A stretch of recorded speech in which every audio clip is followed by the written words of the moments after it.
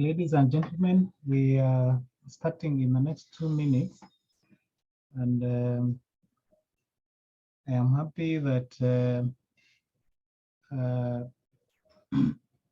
most of the participants who had registered from the countries have come in today, except for, I had sent a chat, Zambia had communicated that this session caught them out when they were still in the field and they were not going to be able to attend today's session.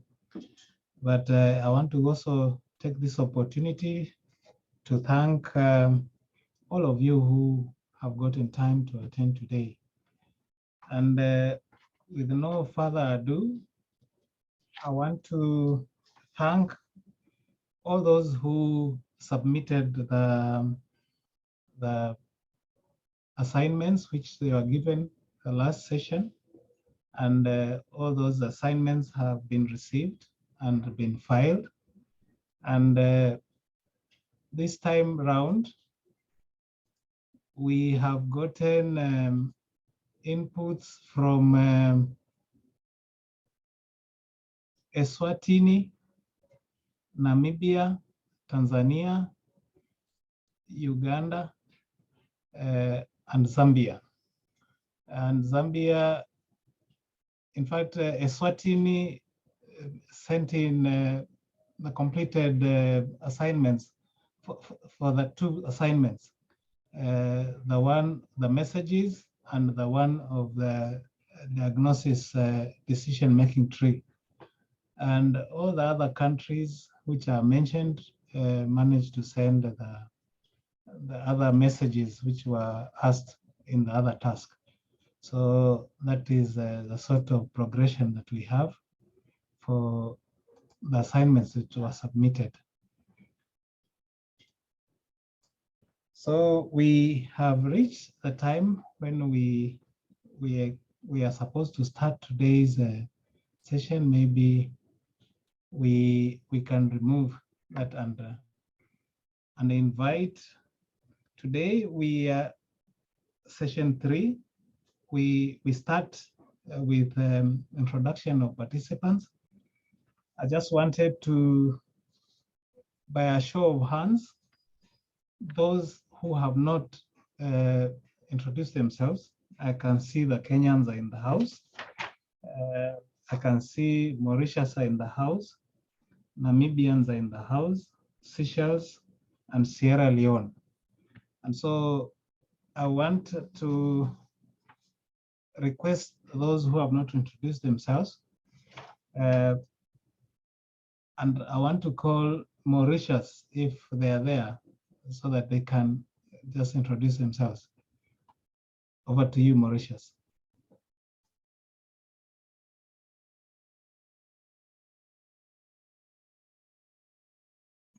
Hello, good morning or good afternoon. I'm Dr. Ramprogas from the Veterinary Division of Mauritius. I'm the Senior Veterinary Officer in charge for export of live animals and animal products. And I'm very happy to be on board for this workshop, training workshop. Thank you. Welcome, welcome, Mauritius. I want to go to Seychelles. Seychelles are in the house. They can introduce themselves. Good afternoon. Michaela Adrien from Seychelles, Biosecurity Officer. I work with the National Biosecurity Agency, Import and Export Unit. Thank you. Thank you very much. I want to go to Kenya. Kenya, if you can introduce yourselves, please.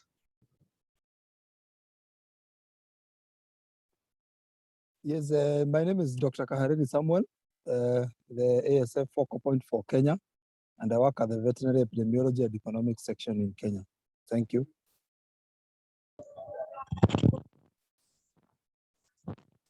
Good afternoon, my name is the Director of Veterinary Services, the Veterinary Public Health section. I'm in charge of the pork slaughterhouse. an export pork slaughterhouse and a beef slaughterhouse exports within the region. Thank you. Thank you, Kenya. I think we are going to stop there for the introductions. And is there any observer who is in the house, in the room, sorry, who would want to introduce themselves before we start the presentations? We have FAO and ECOWAS, Thomas. Can I call ECOWAS? ECOWAS, the floor is yours.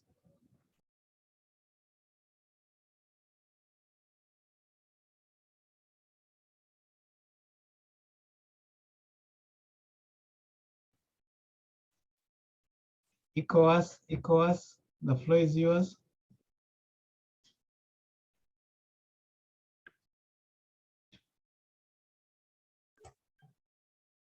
Can I give the chance to FAO to introduce themselves, please?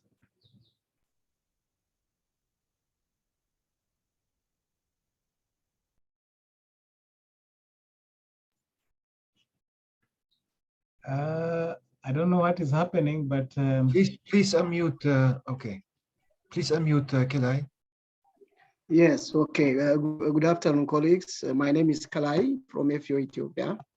I'm National Coordinator for the GF-TAD ASF project in Ethiopia. Over to you. Thank you. Thank you. I call again a representative from ECOWAS to unmute and just greet everybody in the room and introduce themselves. To you, ECOWAS.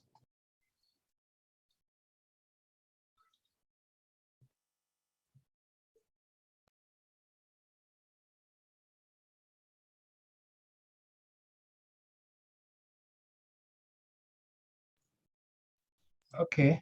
Not responding to the chat either. So Yeah. I think, ladies and gentlemen, our extraordinary Professor Mary Lou and all the trainers. I can see Noel is with us today. Peter Evans is with us today, and all the others. Charmaine is with us today.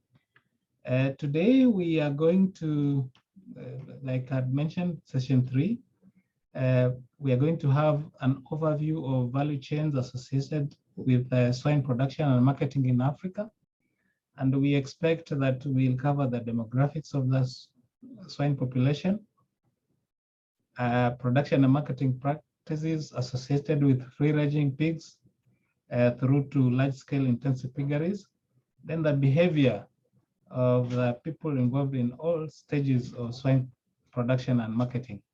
And our trainers today, who are led by the team led by Professor Merulu, will include Dr. Fazina, Sharon, and with no further ado, I want to hand over to the team leader, Professor Merulu, so that he can take over that session. Over to you, Professor.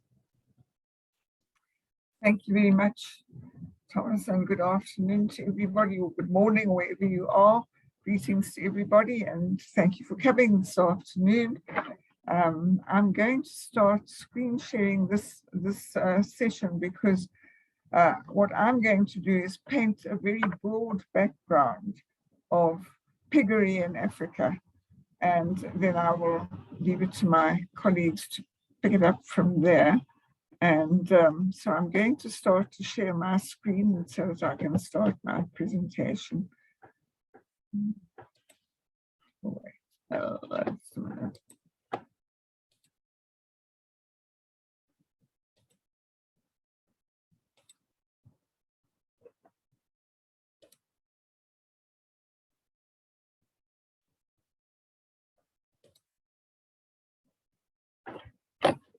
Here we go. So I'm going to tell you something. I was asked to talk about the demographics of pigs in Africa, and I've decided I would make that the general background of the pig sector and its wide variety that we see in Africa.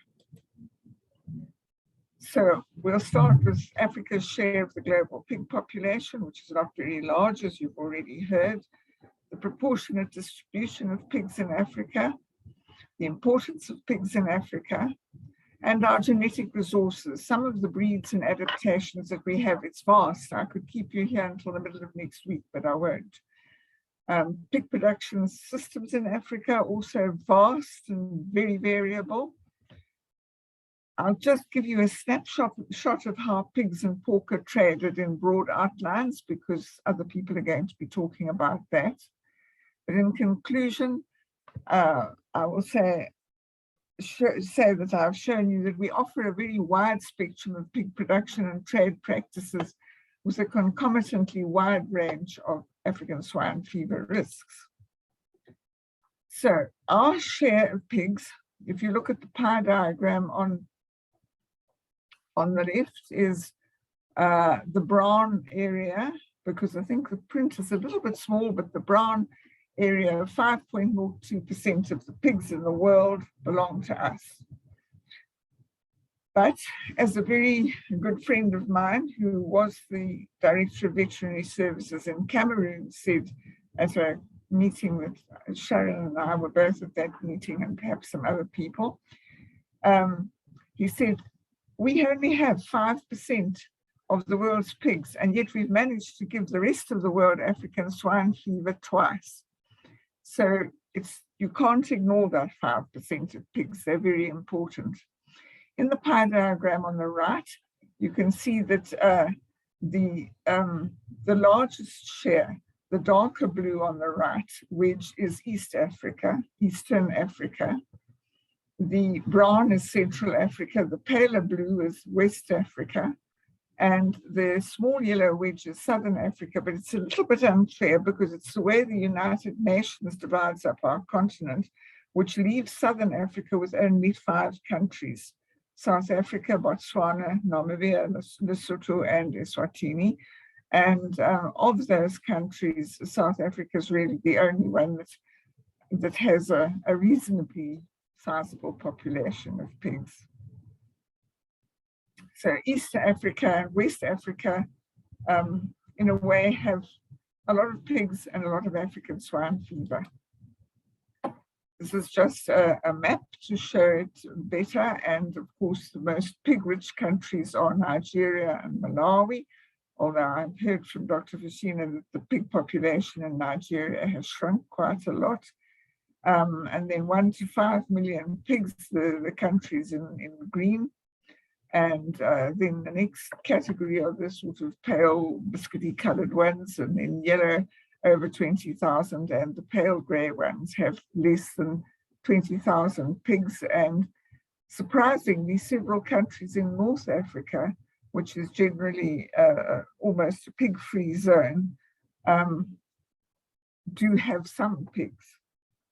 And in spite of having very few pigs, Mali, which is country there, the large grey country, has actually had an outbreak of African swine fever. The importance of pigs in Africa is that they are kept mainly to improve livelihoods and for income generation, because they're short cycle species with a modest requirement for land. They can thrive in very low input production systems, more or less. Pigs were attracted to human beings in the first place because they rather like the scraps and things that they left lying around, which they could feast on. So they can thrive on those scraps. And for many people in Africa who are poor, they act as a mobile bank, a sort of a piggy bank. When you have a crisis, you can sell a pig. When you need some extra money, you sell a pig. And as long as you've got that pig, you've got something to fall back on in hard times. They obviously make a big contribution to food security and to improve nutrition, because they produce very good quality protein very quickly, and lots of it. They breed early, so they're precocious, they're prolific, and they produce large amounts of affordable protein. They're also important in parts of Africa for ceremonies, for weddings, for funerals. They may be used for bride price in countries where particularly forest areas where there are not many cattle. And they have other functions. They serve as a source of soap and lard and manure and bristles. And they also provide considerable societal support as gifts to bereaved community members. And there's a very interesting paper that came out of the DRC, where in the northeastern part of the DRC, after there'd been lots of trauma and war there, pigs were given to women who'd been widowed and who'd lost everything to help them to get over their trauma and loss and give them something to do. And a study was done that showed that this had indeed been an extremely successful project. And in the same way, I was working with a lady whose aunt in the Eastern Cape in South Africa, where a lot of people keep pigs, had always been keeping pigs. And then she stopped, then they had the classical swine fever and they came and killed all her pigs, the government, and she got very good compensation, but she said, no, I'm not starting with pigs again. And then not long after that, her husband passed away. And almost immediately, she was confronted with a bunch of community members with a bunch of pigs. And they said, you need something to get your mind off things. Here are the pigs. And lo and behold, she was farming pigs again. As far as our genetic resources are concerned, Africa has some of the most unique and interesting pigs in the world. On the left was taken in Benin in West Africa. There are pigs that belong to the fishermen and they eat what is left over when they clean the fish. They're small pigs. But what's interesting is that family structure, which is the same as a wild boar, same as warthogs have, where the mother, a couple of youngsters from the previous litter and the latest litter, and they keep together until the older pigs get old enough to decide to leave. And by that time, the little ones will be older and there'll probably be another litter. And on the right, you have a very interesting breed called the Colebrook pig in South Africa. Nobody has any idea where they could possibly have come from. It's clearly an Asian type of pig from the type of face. They're small pigs. They're very undemanding pigs. And some people breed them as a novelty, and other people breed them because they really are very easygoing pigs. And we've got a very wide range from your African village pigs through the imported originally modern white improved breeds. We have the Duroc boar, which is becoming very popular because it's a good outdoor pig. The mother has the sows have good mothering qualities. They don't get imported, but if a Duroc boar is used on local sows, they get a larger and larger pig and more piglets without losing the hardiness of the local breeds. And the large white boar is the most modern popular breed, most popular modern breed that we see most of. And then on the right, you have the very common hybrid pigs that are derived from either a couple of local breeds or using a modern improved breed on a local breed. And of course, in Africa, we have great respect for our ancestors. And so here on the left, we have the ancestors of all domestic pigs today, the Eurasian wild boar. And that particular one is on a game farm in South Africa where they are used for hunting. In the middle, we have a wild boar hybrid with a domestic pig. These pigs are farmed quite extensively in South Africa because the meat is particularly good for spit roasting. And so they get very good prices for them. I've had some that we were working on a project to investigate resistance to African swine fever. Of course, they didn't have any resistance because they are just pigs, but they had very difficult personalities and they were very hard to work with. They're quite ferocious, just like a wild boar. And on the right, you have a very interesting creature. I think Dr. Ramprogus will recognize this animal. It's a descendant of pigs that were introduced into Mauritius by Dutch sailors about 450 to 500 years ago. to just run around wild there and be collected for meat as the ships came past. And there are still populations of these pigs. Some of them are on hunting concessions. Some of them are farmed and crossed with domestic pigs. And as you can see, it's a very different type of pig from what we're used to. And then there are some, these are just some of the special breeds. Again, you have on the right there the Colebrook, but on the left you have in Ghana the Ashanti dwarf pig, which is a small pig, but it's a very good producing pig if it's fed right and looked after. And in the middle, we have a breed called the Corrigan pig, which was developed in Cote d'Ivoire in West Africa, and I think is quite widespread in West Africa now. So where do these pigs go? Well, our farming systems go, I'll just start with a large scale commercial, because in most countries there is at least some good commercial farming. Large scale, not compared with, say, Asia or America, where you get thousands and thousands of sows on one farm. 100 to 200, 500 sows is fairly big in Africa. But at the top end of these farms, there are compartmentalized pig farms. In South Africa, about 65% of the sector is compartmentalized. These compartments are free from African swine fever, classical swine fever, and foot and mouth disease. And these farms also include some breeders and suppliers of genetic material. I won't tell you much more about them because Dr. Peter Evans will be telling you about them in the next session. Their pork can be exported through designated abattoirs, and about 99% of South Africa's pork that's exported goes into the SADC region. In Zimbabwe, compartmentalization, I know, has been implemented. I'm not quite sure of the status now. At this stage, we need more information on that. Then we get commercial farms with a high level of biosecurity, which vary in number in most countries in the region.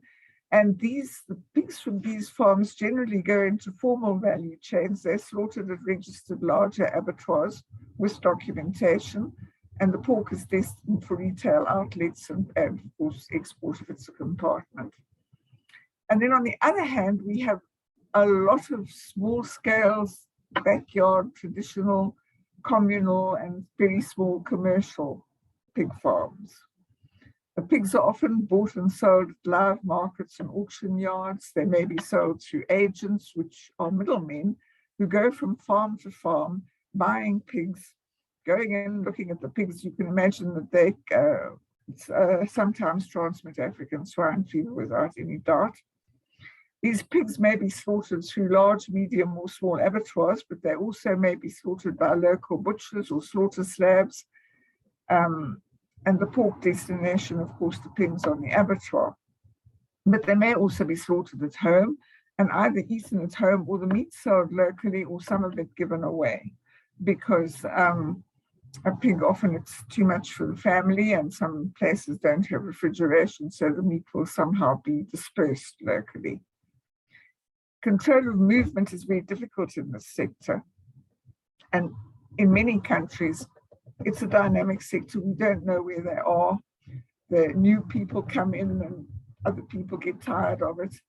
And it's a very difficult sector to work with. And it is a sector that's very prone to getting African swine fever. Cross-border value chains for pigs and pork exist, and they may operate continuously or they may operate in response to price differentials, which in turn can be the result of an African swine fever outbreak.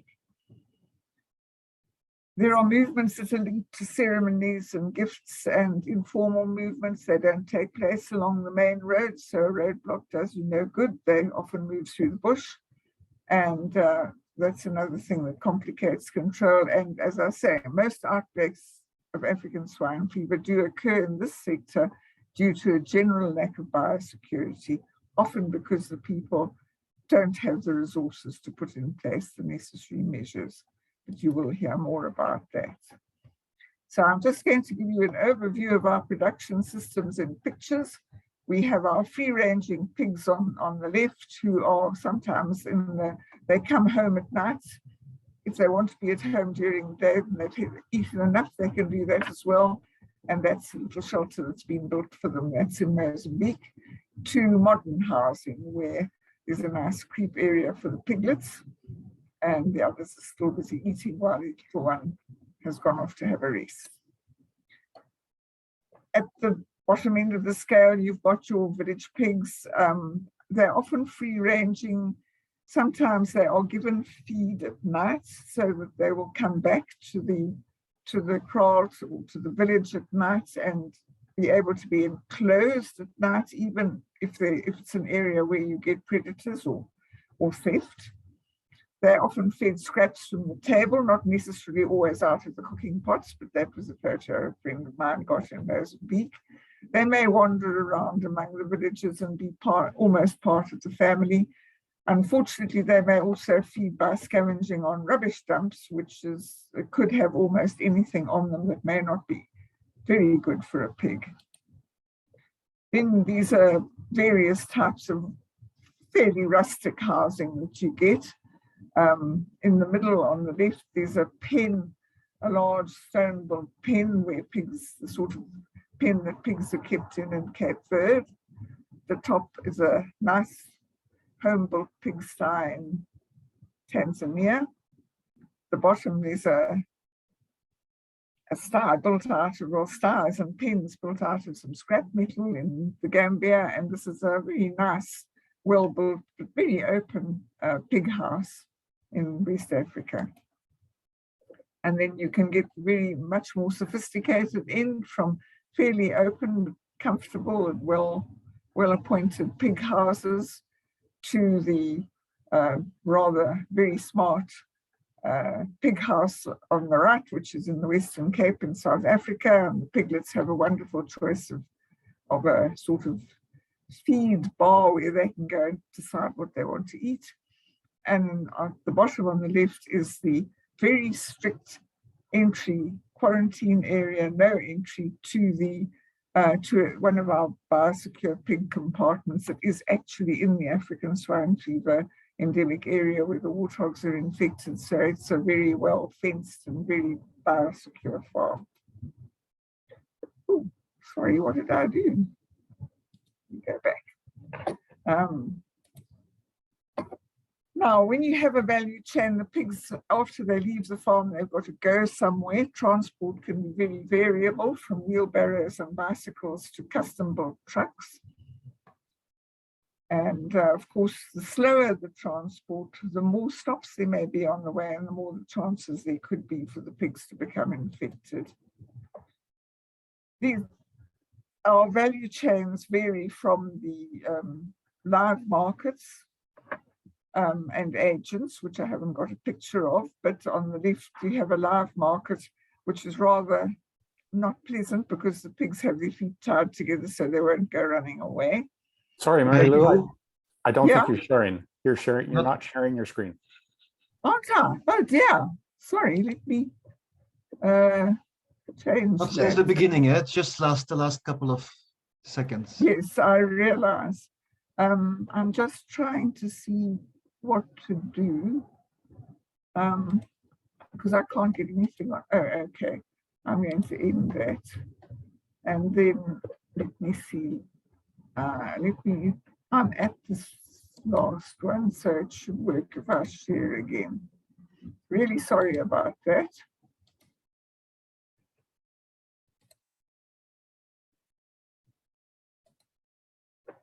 Oh, I shouldn't have done that anyway. Not to worry. I'll dash through them very fast.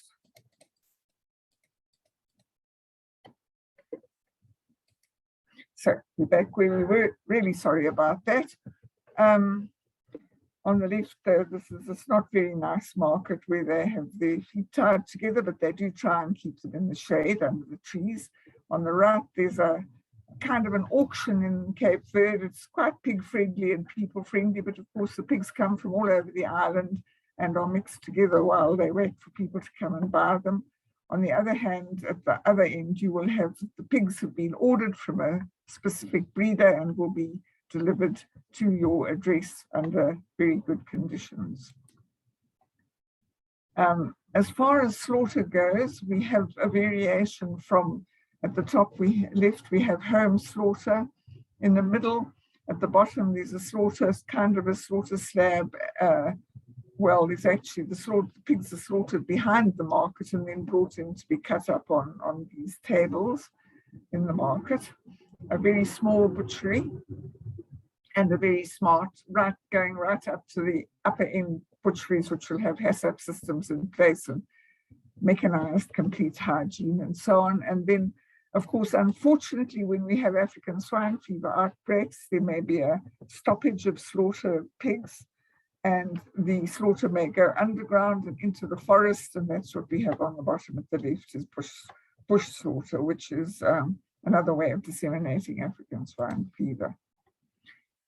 And then where do they get sold? Well, the meat may be sold in general markets, may be sold in dedicated pork markets. This is a really, really nice pork market in Abidjan, in Côte d'Ivoire, where a number of ladies who actually, before they got the African swine fever in '96, used to go from farm to farm slaughtering pigs.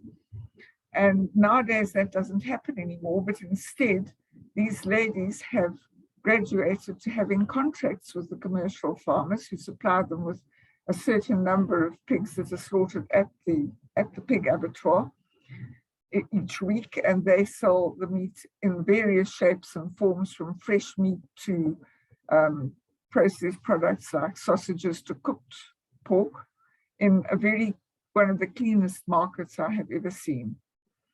And then they might be sold through small shops. They might also be sold through supermarkets or delicatessens. So right across the range, we have markets for this pork.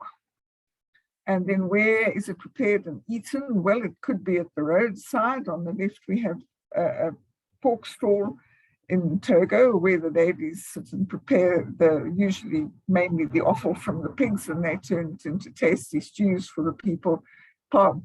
People passing by will bring a container and take away some street food.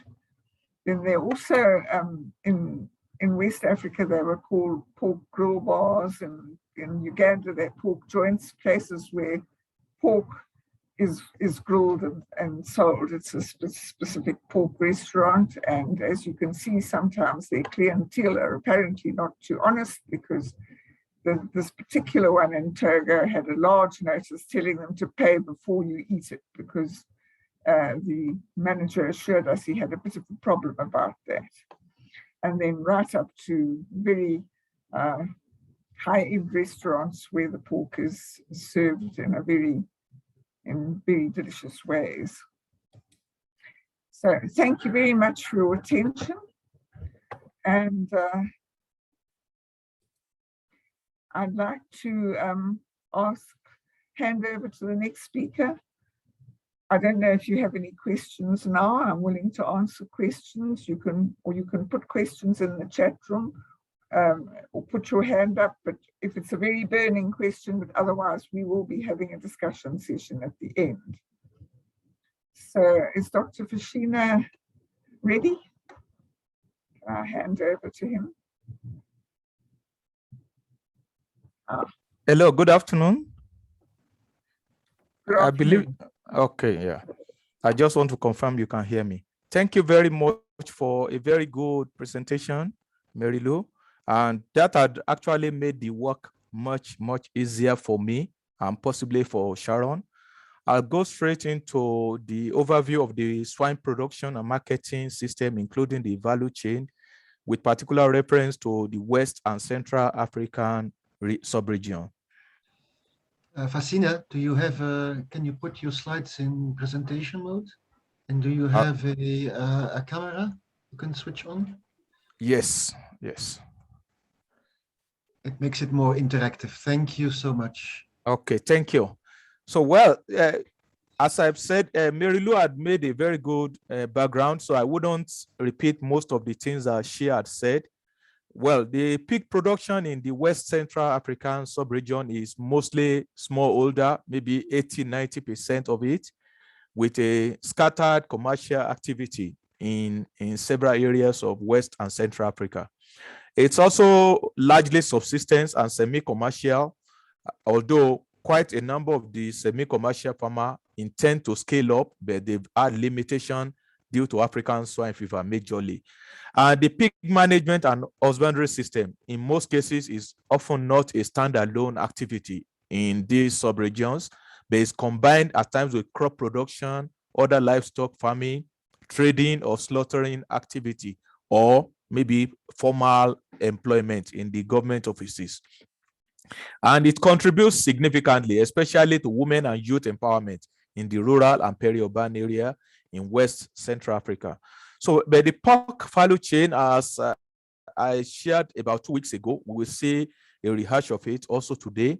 It involves so many actors, from supplier, middlemen, traders, transporters, butchers, assemblers, and brokers. And in some cases, pigs are slaughtered for home consumption. It may be for source of income or livelihood, to pay school fees and to meet everyday need, to buy fertilizers for those who are doing crop farming. In some cases, they use it for debt recovery. For marriages, in some there are some communities which I know in West Africa, there is no way you can do marriage in such community without presenting a pig.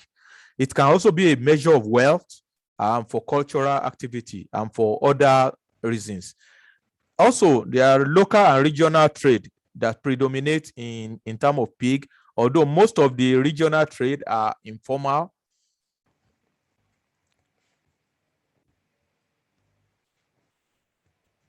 Okay. The marketing of live pig at popular live markets can also be done in auction, in slaughter slab. We will see a number of slides that will indicate this.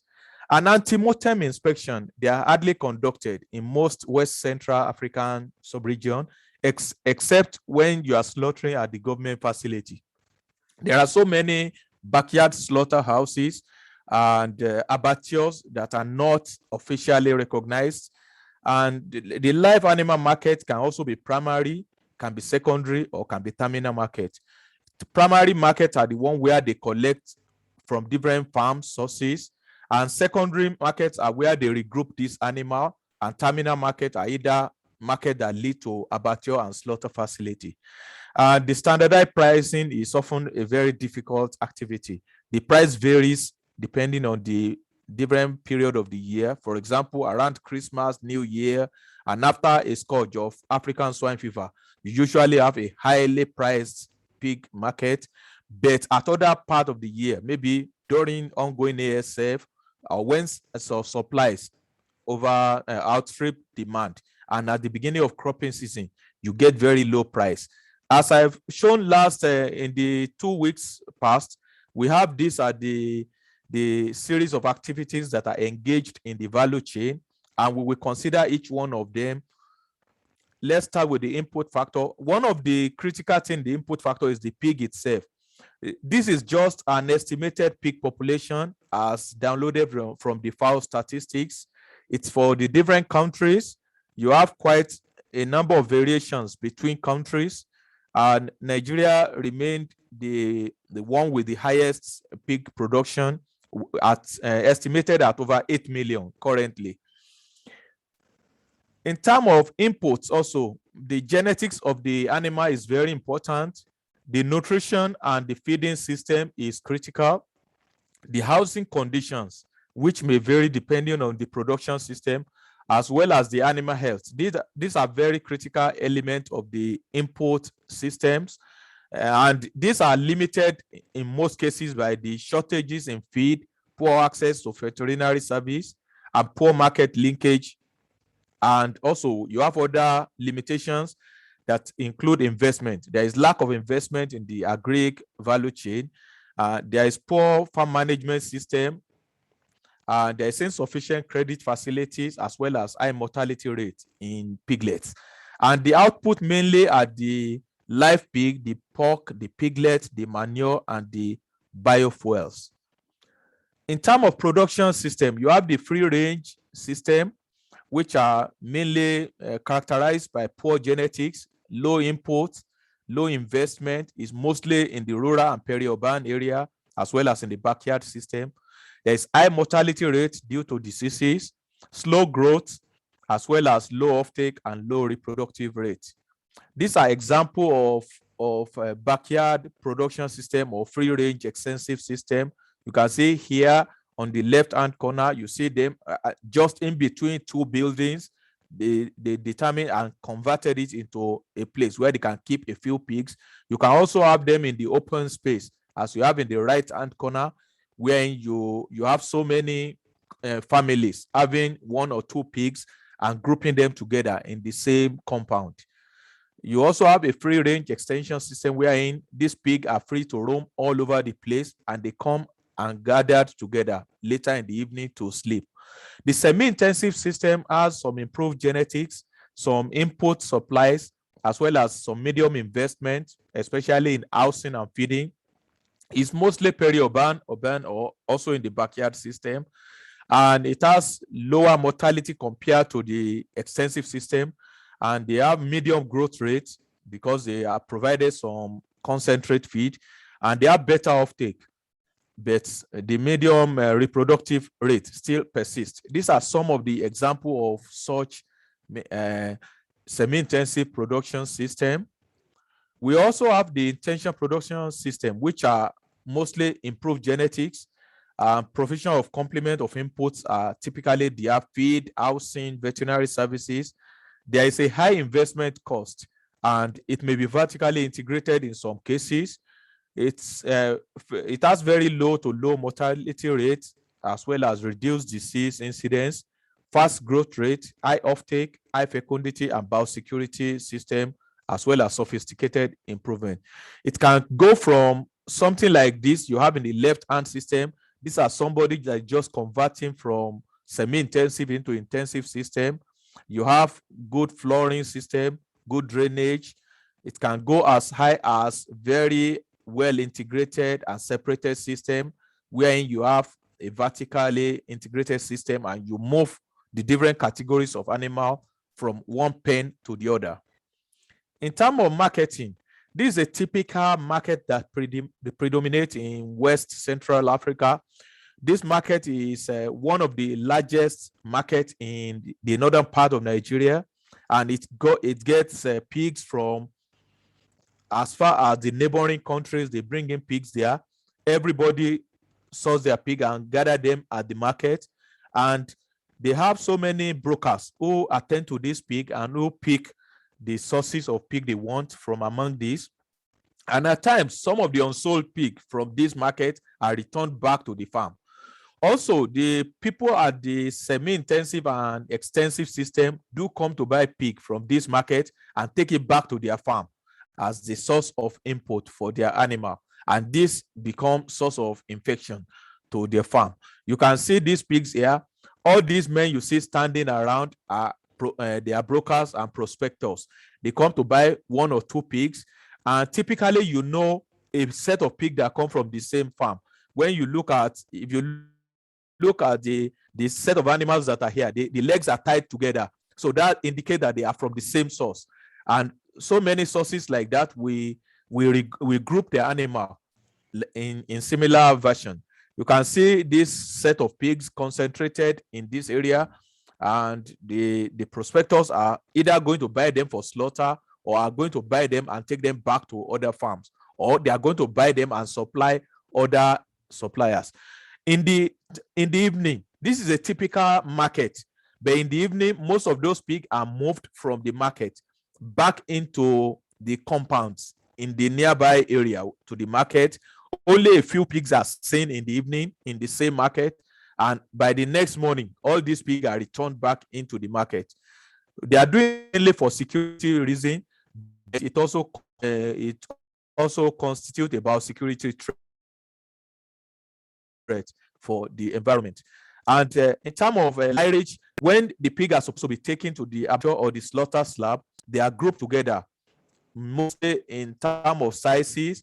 Here you have the younger adult, and down here you have the older adults. That's how these pigs are grouped. And in terms of management of the lineage, it's not well managed. As you can see on the left right hand corner there, pig have access to blood that is flowing from the abattoir, and they are also meant to be slaughtered. But some of them, if they are not sold or they are not sold for slaughter, they may be returned to the farm. And it's considered that they have had contact with blood, with intestine, with entrails from the slaughtered pig.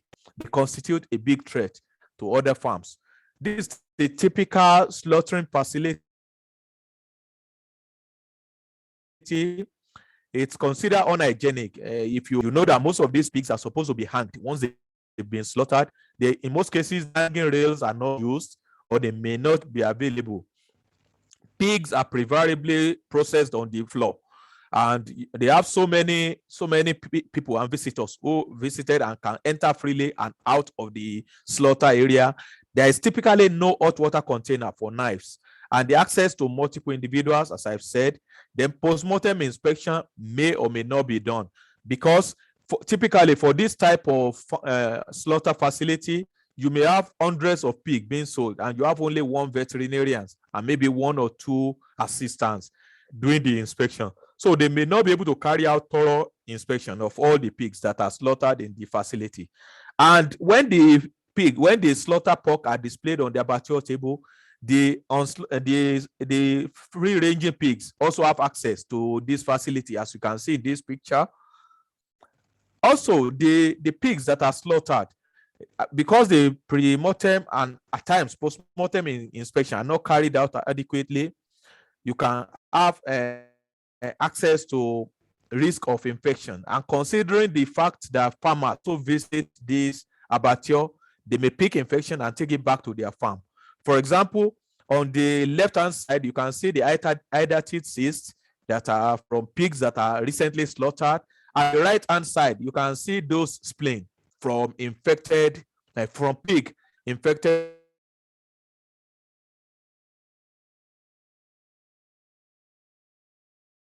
with African swine fever. And imagine that this farmer coming freely walk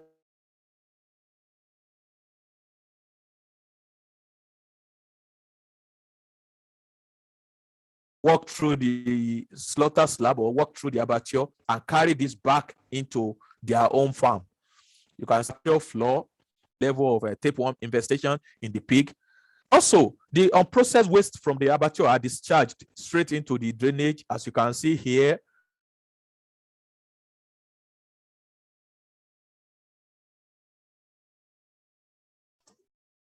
This is the abattoir floor, and right beside it is the drainage on the right side, and they just drain all the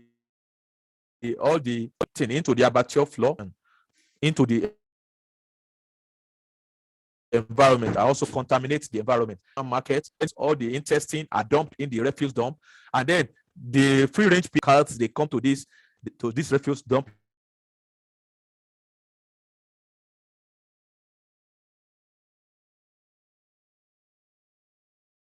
In the evening, pick a lot of entries, and they can take such back to the farm.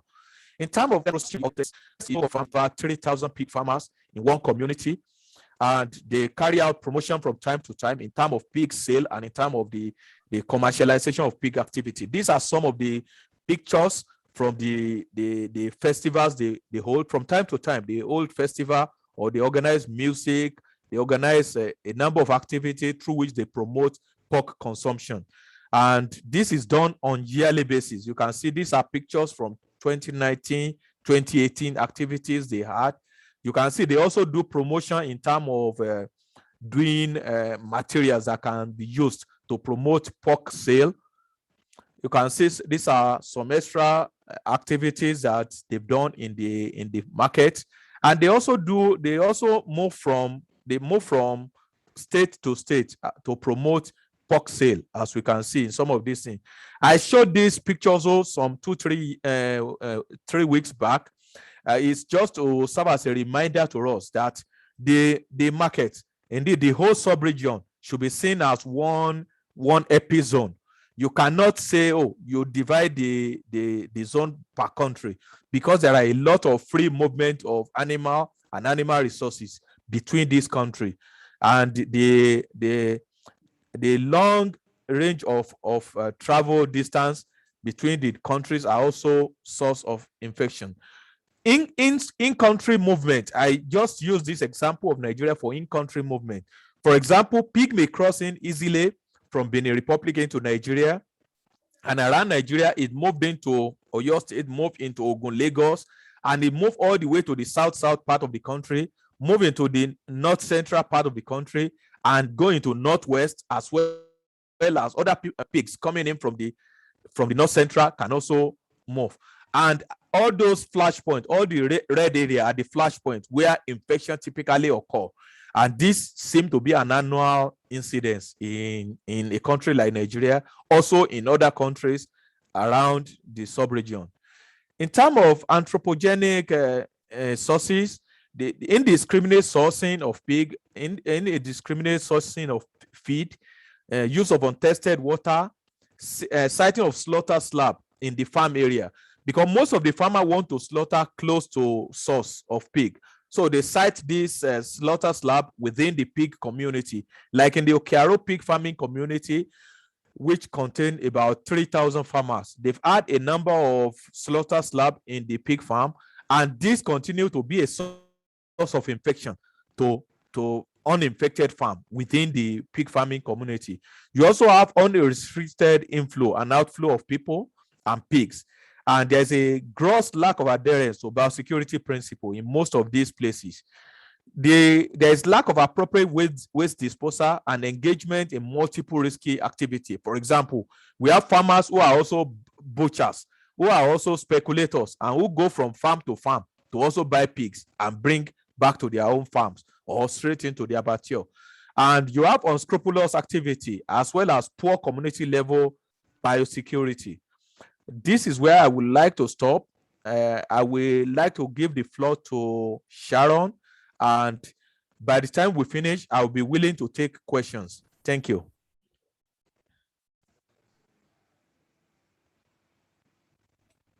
Thank you very much for a very nice presentation, very informative. And I'd now like to ask Sharon to make her presentation, and then we can all have a nice discussion about it afterwards. Sharon, the floor is yours. Thank you, Marilu. Good morning, good afternoon, everyone. The previous speakers, Marilu and Fashina, have made my job easy, actually, because they've talked about all that in terms of setting the stage for all of us, or for myself. And there are quite a bit of similarities in the region. So I will go through all the production systems, the marketing practices, but my main focus would then be on the large-scale integrated producer, which is what Farmer's Choice is. So the title is an overview of value chains associated with swine production and marketing, with a focus on the East African region. So a bit of a review of geography. In this case, just looking at what we are talking about when we refer to Eastern Africa. There are 18 countries and 2 dependencies in East Africa, and 7 of these countries are landlocked. This is the most populous sub-region of Africa. The population is estimated at 455 million, and 70% of this population currently live in the rural areas. The region also has some of the world's fastest growing economies, and this is in reference to Ethiopia, Rwanda, Tanzania, and Southern Sudan. Just so a brief overview, and some of these demographics are what will actually point out to what is also happening in the pig industry, or that are supporting the growth that is happening in the pig industry as well. So if we look at the countries there, we have Eritrea, Djibouti, Ethiopia, Somalia, Kenya, Southern Sudan, Uganda, Rwanda, Burundi, Tanzania, Mozambique, Malawi, Zambia, Zimbabwe. Then we have the islands, the Seychelles, Comoros, Madagascar, and Mauritius. As far as pig production is concerned in the region, this is a rapidly growing sector, and growth is being driven by an increase in demand for pork and pork products. Recent estimates indicate that the industry would grow by 4-fold by 2030, And as we've seen in week 1 or in session 1 presentations, this is because of the changing tastes in the population, driven by the basically increasing human population, increased incomes, and urbanization. So the 70% people who are now in the rural areas will at one point or another move to the urban areas, driving the demand for pork and poultry products. Small-scale pig farming is the predominant production system. Fashina has mentioned the same thing in West and Central Africa. So I've estimated it at greater than 70%, but in some countries it is actually higher than 70%. You may get as high as 90, 99% in some countries in the region. It is quite a big contributor to livelihoods, and as a result enhances food security. But these two areas, its contribution to improving livelihoods and enhancing food security, are limited by frequent disease outbreaks. So as we're talking about African swine fever, the impact is quite huge. If you think about the number of farmers who are keeping pigs, and of course then the effects that losing the herds would have on livelihoods and food security. The breeds that are kept in the region are both indigenous, exotic, and crosses of the two. Mary Lou gave quite a bit, a good highlight of the breeds that are found within Africa. What I've done is now highlight what we have as the exotic breeds, and again with a bias to farmer's choice, because these are the breeds that we have within our facility. So we work with maternal lines. The top one is the landrace. The one at the bottom is the large white. And again, the trait that we are looking at is prolificacy, efficiency, robustness, conformation, longevity, the temperament, mothering ability, high health status, and disease resistance. So disease resistance, we are talking about the usual diseases. We know diseases like viruses sometimes that don't have vaccines. We are basically dependent on biosecurity and other management practices. So these two breeds are crossed to create a hybrid, which is what we call the F1, that is used as a commercial pig, or the commercial sow. The terminal lines, we are looking at the Duroc, and we also have another one that is called the P380. We are now sourcing our genetics from PIC in Ireland. So those are the two terminal lines that we are working with. And these are then crossed with the F1 to create the slaughter generation. Again, terminal lines, the traits of importance would be your growth rates, feed intake, the average daily gain, kill out percentages, and carcass yields. You're looking at hybrid vigor, again, disease resistance, robustness, and high health status. So I just thought to give an overview of the exotic breeds that we are looking at.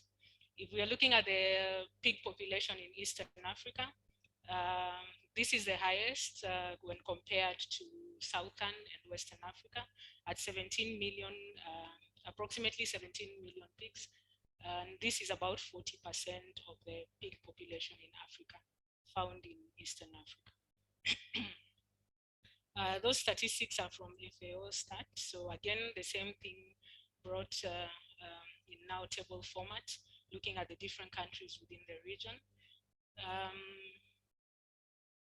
Malawi is estimated to have had the highest pig population in 2019 at more than 7 million. It's followed by Uganda. We have Rwanda coming in next, or Mozambique.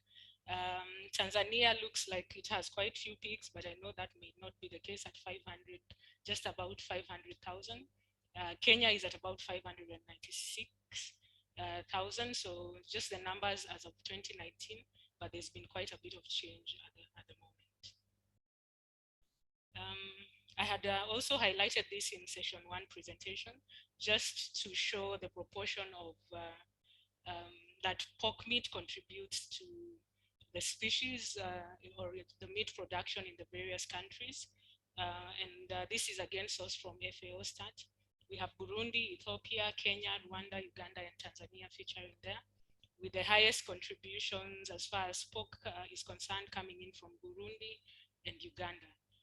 The rest, we are still quite low, but this is estimated to continue growing. As we've seen, by 2030 to 2050, the consumption is supposed to have increased fourfold. And this is the estimates of the different, the changes or the increase in meat consumption between 2010 to 2050, again, as highlighted by FAO.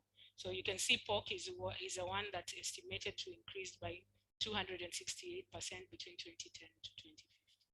So again, just all the things we're talking about, the urbanization, increased incomes, changing tastes will drive this growth again. The pork value chain in East Africa is not different from that in any other region of Africa, in the world for that matter. You'll be looking at your input supply where we'll have the live pigs, feed, water, veterinary and laboratory services, extension services. We have production where we're looking at feeding practices and management of the animal. You have marketing where we have the buyers or traders and marketing groups. We have the transporters. Then we come to processing where we are looking at slaughtering, chilling, value addition, packaging and distribution, and finally to consumption, whether at domestic market level or export level. Pig production systems within the region are, as highlighted by Fashina again and Mary Lou, we have the free range or extensive, we have the small to medium scale or the semi-intensive, and we have the large scale or the intensive systems. I've gone a step further to highlight them in terms of the number of sows or pigs within the systems. So the smallholder or backyard, you'll be looking at a household with 1 to 10 pigs. And here it doesn't matter whether it's a sow or a growing pig. It's just the total number of pigs, whatever the category will add up to a maximum of 10. Then we have the small to medium scale with 5 to 20 sows. The medium scale between 20 and 500, and we have the large scale or intensive with more than 500 sows. Production factors, again, previously highlighted, but you're looking at the animal genetics, the environment, and the management. And all these three factors come into play, whatever the system, and this is what actually determines the output. So your farm type, your genetics, the kind of environment you have at your farm, the housing, the equipment employed, the kind of husbandry, nutrition, health will determine the final product. You know, are you able to manage your disease status of the farm? Are you able to get good growth rates? Are you able to get your animals to slaughter at the right time? What are the meat characteristics, etc.? So all these factors have to come into play, and one cannot work on its own. Yeah, they are interdependent and influence the final outcome. So the free range has been highlighted by the previous speakers. We are looking at less than 10 pigs. Pigs are left to roam freely, and in some cases they're housed in the evenings. And you'll also find that some of these pigs that roam or that are on free range system, owners don't own any land. So basically the animals are out and are only looked for when it's time to be slaughtered. So the owners have a way of identifying the animals, whether it's by marking them, notching, or branding, and they would only go out to bring them together when it's time to go to slaughter. Poor access to veterinary services, extension, financial, and market information services is quite prevalent in this kind of system. We have poor husbandry and health management practices, so disease burden is quite high. Genetics, they have poor genetics and mostly characterized by inbreeding. There's no supervised breeding practices in place or strategies. So the animals mate freely as they roam. So we were looking at the feeding options available for free range or backyard systems, where I had highlighted dam sites, kitchen leftovers, and market spoils. So market weights are usually quite low in this system, and pigs take longer than 10 months to attain weights. And even then, they are still quite on the lower side. And of course, the quality of the meat is then also not good. These are low input systems. And of course, as a result, the gains or the incomes are also quite low. And high sales would mostly occur during festivities or disease outbreaks. So I have some images there of scavenging pigs. You can see on garbage there. This one is roaming with the piglets in the background there. But basically, that is the kind of setup that we would be looking at, or the kind of environment that these pigs would be raised in. The next one would be the small to medium scale or semi-intensive systems. And these are the ones that I have combined from 5 to 500 sows, because we are finding that even those with about 5 sows are now somehow providing some kind of housing and concentrate or commercial feeds to their animals. So I've combined those two into the small to medium scale, and that would form the semi-intensive. So here we have slightly better genetics, and these would be sourced from private and government institutions, and sometimes even from neighbors. There's the use of communal boars, it's quite common. So there's some thought or strategy that has gone into their breeding programs, and AI where available is used. Feed would be commercial feed that is supplemented with swill or kitchen, and the main aim of that would be to keep the production costs low, or the farmer really just has to balance the two because they can't afford to feed entirely on commercial feeds. Husbandry practices are better. As I've mentioned, some of them would be housed, even though the housing would now be made from either being semi-permanent or permanent, so using locally available materials.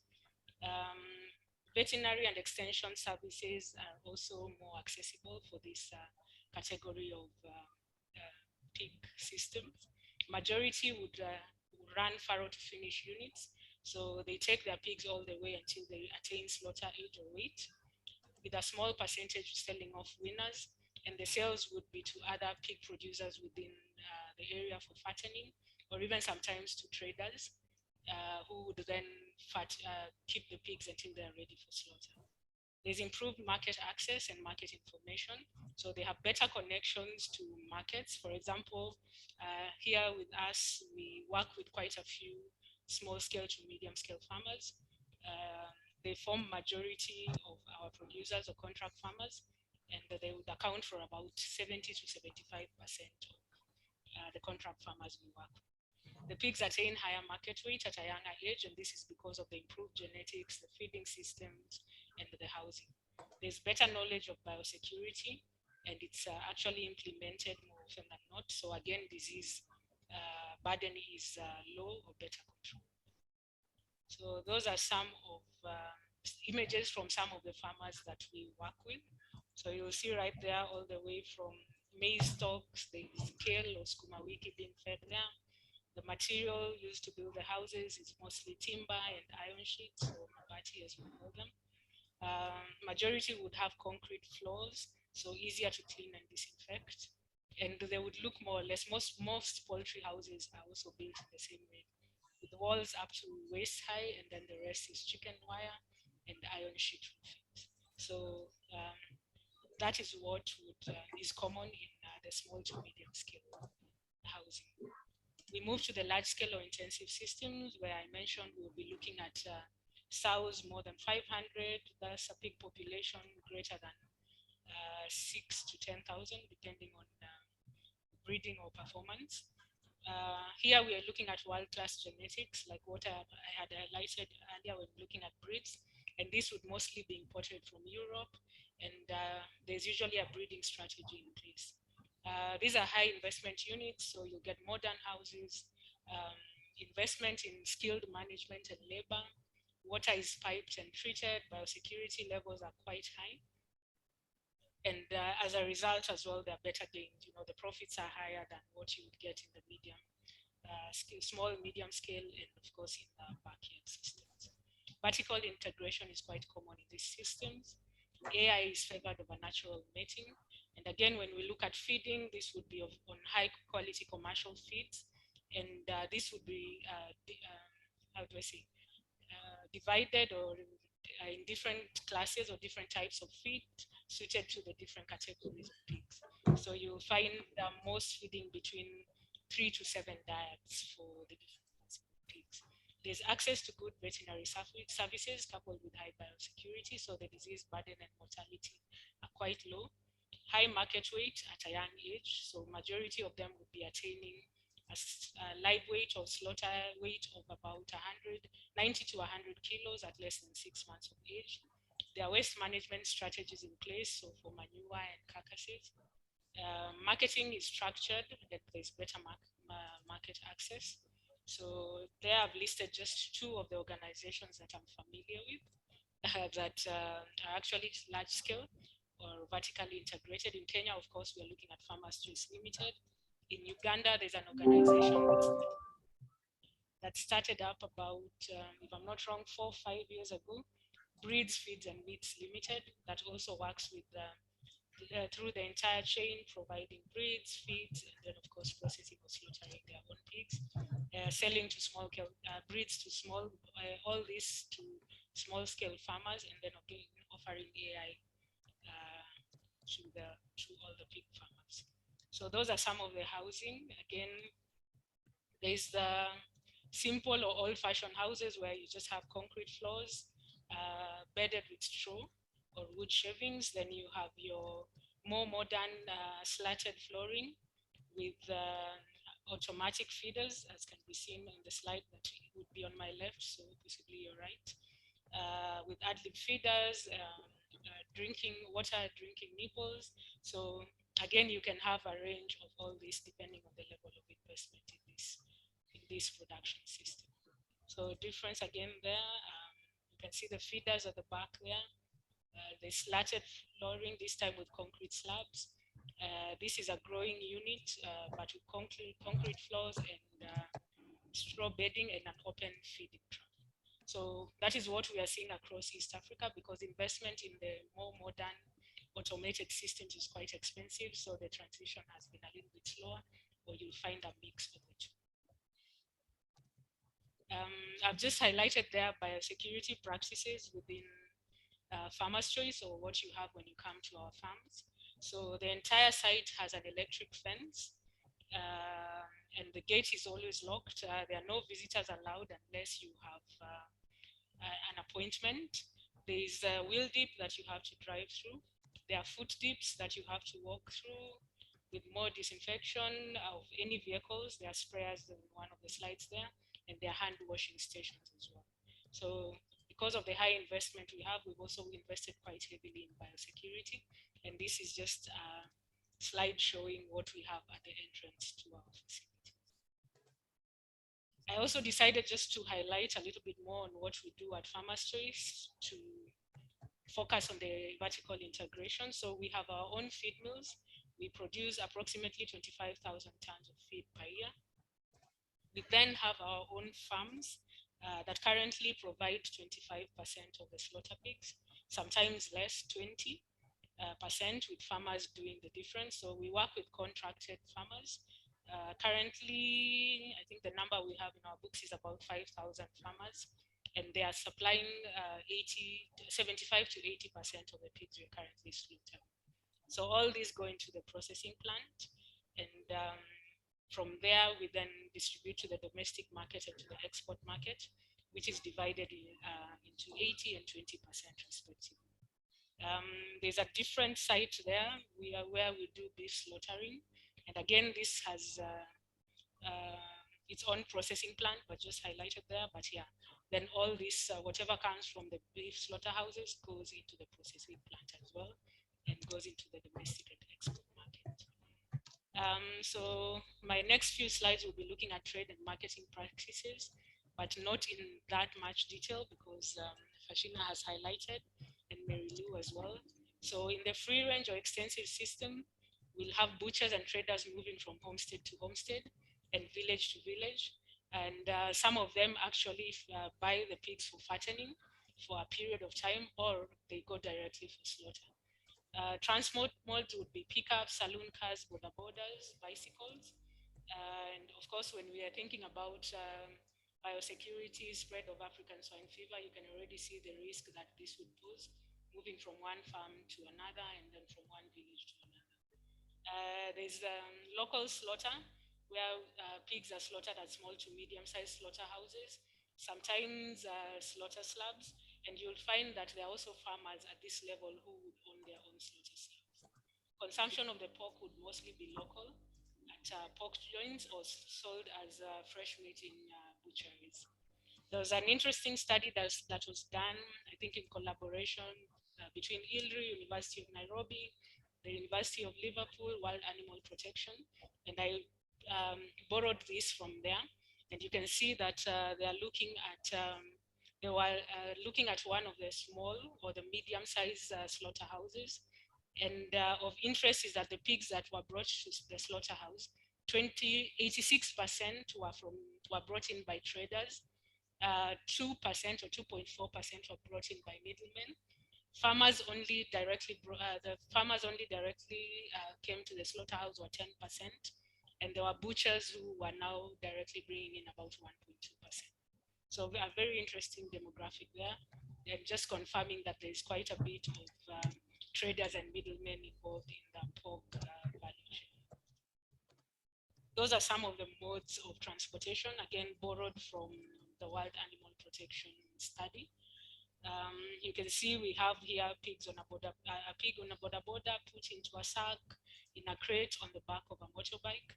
This is in a pickup truck, another motorbike improvised to, planks of wood or timber put there, the animal put on top and tied down.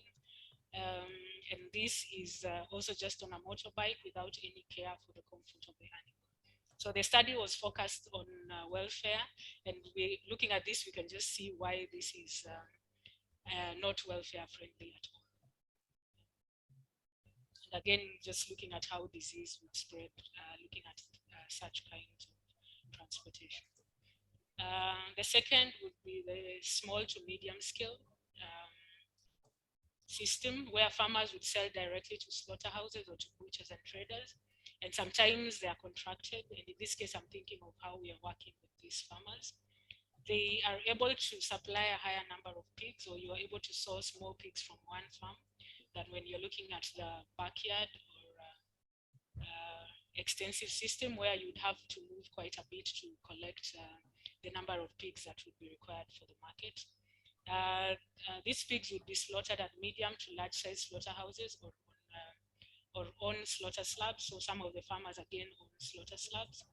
And the highlight of this are that the slaughterhouses would have a layerage, there would be running water treated, there would be chillers and cold rooms. Meat inspection is a routine practice. There's stunning and bleeding area, waste management, and trained personnel.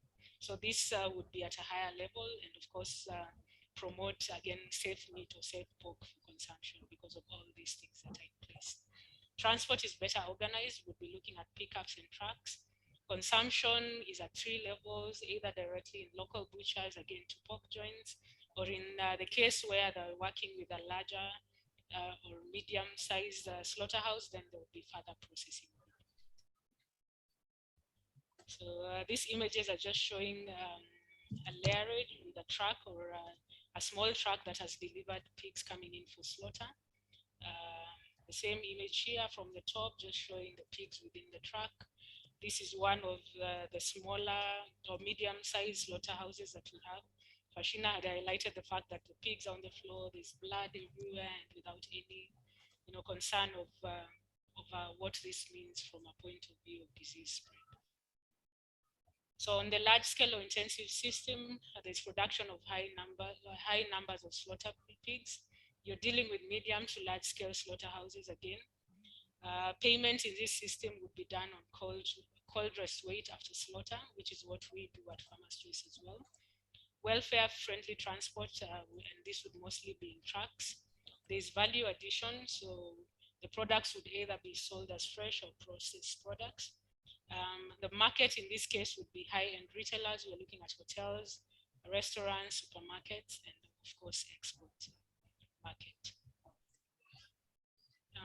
So again, because this is what I have access to, this is what is happening in our slaughterhouse.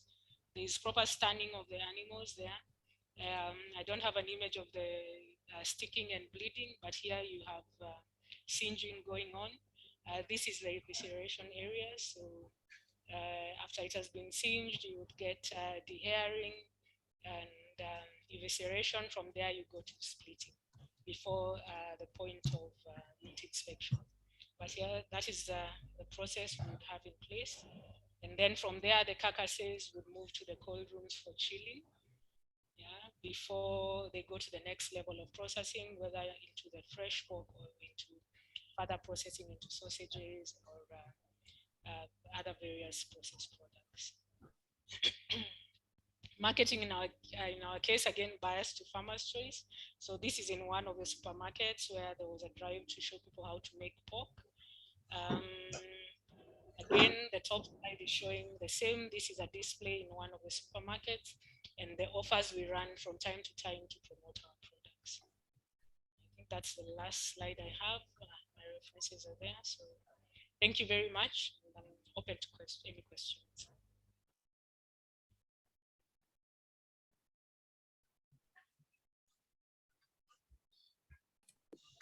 Thank you very much for that very nice presentation, very comprehensive and a very good overview of what the pork value chains are like in Kenya, well, Kenya and East Africa generally. So thank you to both of you. Patrick, Thomas, are we going to have a discussion and then have a break, or do you want to have a break now and then have the discussion after it? I think this isn't going to be a terribly long session, but what would your preference be? Open to suggestion. Thank you. I thank you all the presenters for that very informative presentations. Knowledge transfer at power, and I think the best option we should take is to have a 10 minutes break, and we'll give you a chance to go through the charts during the break time, and so that we can line up the direction of the discussion we're going to have. I think that is the best we can have at the moment, because we have been glued to the screens for all this period, and so we are not closing. It's just a break to walk out of your chair, and then we come back in 10 minutes time so that we can continue with the discussion. Over. Thanks very much, Thomas. So we see you all, well, you'll all be somewhere around, but in 10 minutes time, we will resume with the discussion.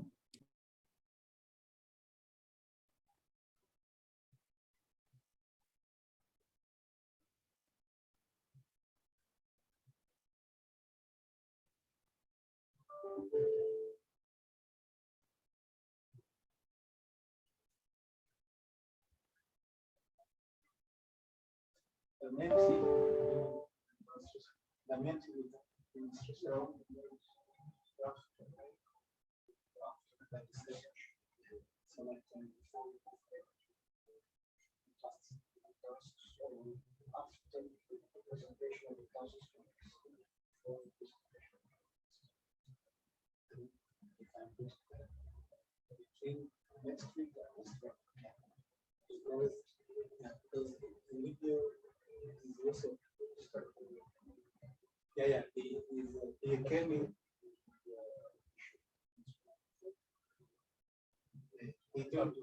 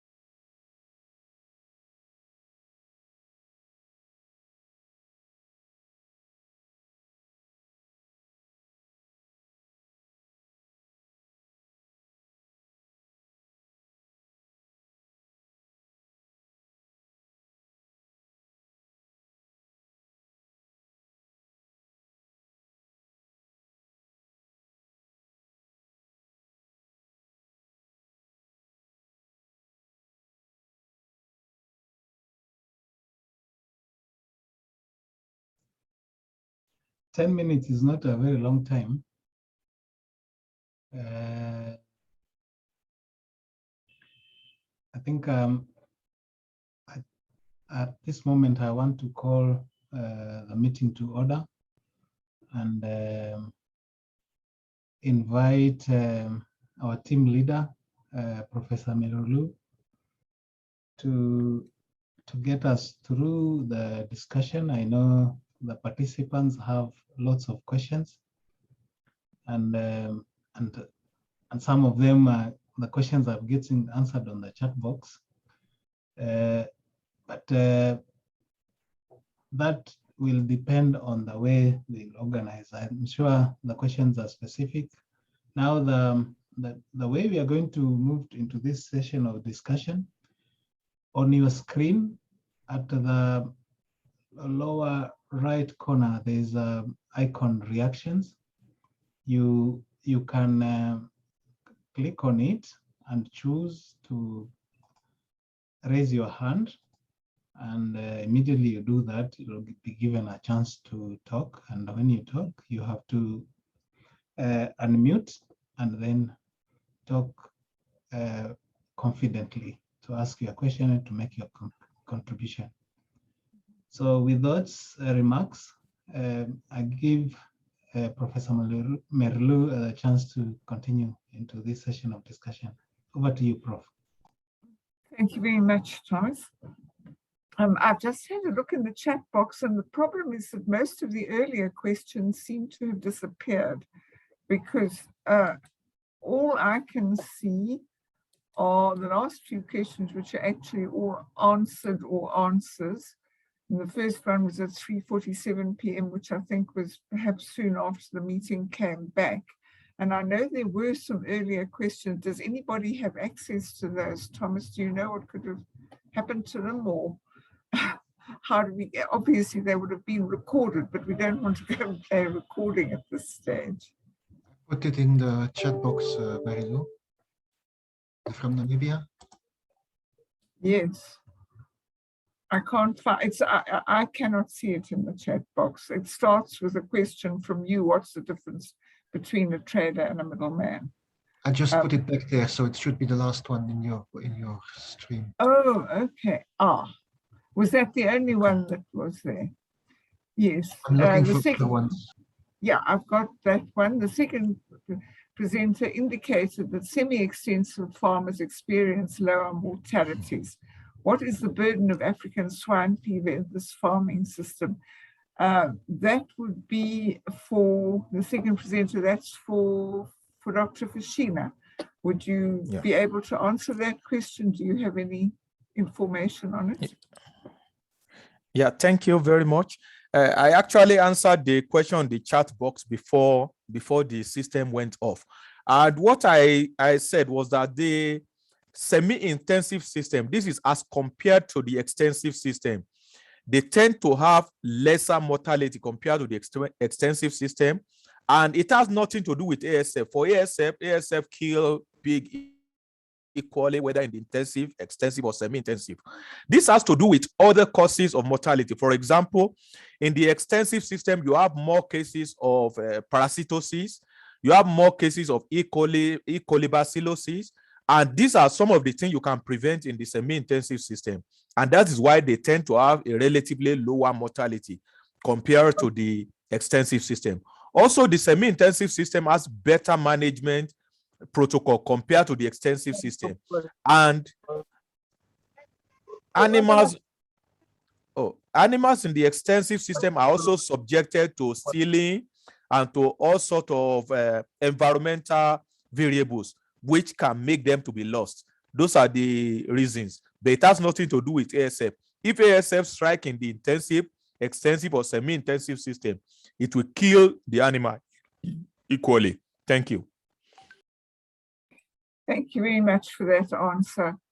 I see that Dr. Dlamini from Eswatini has asked questions about traceability identification. Now that's very interesting. What is the role of individual animal identification and traceability in the control of African swine fever? And is there any effective low-cost identification for pigs, for example, practical alternatives to ear tags? Well, I'm going to give both of my co-presenters a chance to answer those, but I will first say myself that unfortunately in pigs, as I'm open to correction, but I don't think that there's too much individual identification practiced outside perhaps the very large commercial farms. In South Africa, we have a system of tattooing, ear tattooing. It is actually compulsory for pigs over 4 months of age, but of course in the informal sector that can't be very well controlled at all. But it is used, but it's more a farm identification than an individual identification. Peter Evans will correct me if I'm wrong on this one because I'm a bit vague about it, but I do know that the pigs get tattooed in their ears. I'm not sure. I imagine that tattooing is cheaper than ear tags. It's also perhaps more secure because if pigs fight, they can lose their ear tags. They can't lose the tattoo unless they lose the whole ear. So I think tattooing is quite a practical alternative. And then of course some farms would also use ear notching still, which is it's pretty permanent, but it's also not easy to read for the uninitiated. Dale or Sharon, would you like to add on to that in any way? I agree with what you've said. I don't have anything more to add, but yeah, ear notching and tattooing would be the cheaper alternatives. Yeah, thank you. If I may also contribute to it, the ear notches seem to be the cheapest way of identification for pigs. Although nowadays there are some ear tags that are reusable. You can use it on one animal, pull it out at the abattoir level and reuse in other animal. And I've known some farms in South Africa that have adopted it because it was promoted some time ago. And this ear tag can then be reused, and it's also tagged with even barcode. So you can use the barcode to actually record the animal. And how this definitely shows that it can easily assist in traceability and in animal identification. And its effect in terms of control of ASF should not be direct, but maybe indirectly, because when an animal is subjected to such facility, they are likely to be in a biosecured environment, or they are likely to be controlled much better than animals that are not ear tagged or identified in any form. And I think that's the contribution I have to that. In terms of effective low-cost identification for pigs, unfortunately, there is no other cheaper alternative than to ear tag or to ear notch. I don't know if there is any other alternative. We have some people from the industry also on the forum if they want to contribute to this, but I don't know of any cheaper alternative than those two. Thank you. Yeah, thank you very much. I think the tattooing is fairly cheap as well once you've got the equipment, and tattoos are used quite a bit. But if anyone else would like to contribute on that, I just like to add to the control of African swine fever that, for example, we had in 2012 actually our first big outbreak outside of the controlled area in 35 or 40 years, was picked up at an abattoir, a small abattoir, where a person who went around buying pigs at auctions and fattening them for a short while and then having them slaughtered, had brought in these pigs. Now, they weren't identified, but if those pigs had been identified, it was picked up that the meat inspector was bothered by the fact that 7 pigs, no less than 7 pigs, looked septicemic on the line. And he thought that was exceptional and got very worried and called the local state vet, who came and had a look and said, oh dear, I think this is African swine fever. And it was. But now, if those pigs had ear tags and were in a formal identification system, you could go straight to the farm they came from and find out, even if they had gone through some other route. Whereas these were pigs that were sold by what we would call a speculator. I believe it's very impolite, but that's what the man was. Sold by a speculator who bought them from an auction, and it was much more difficult to trace back exactly, at least they'd gone to a formal abattoir.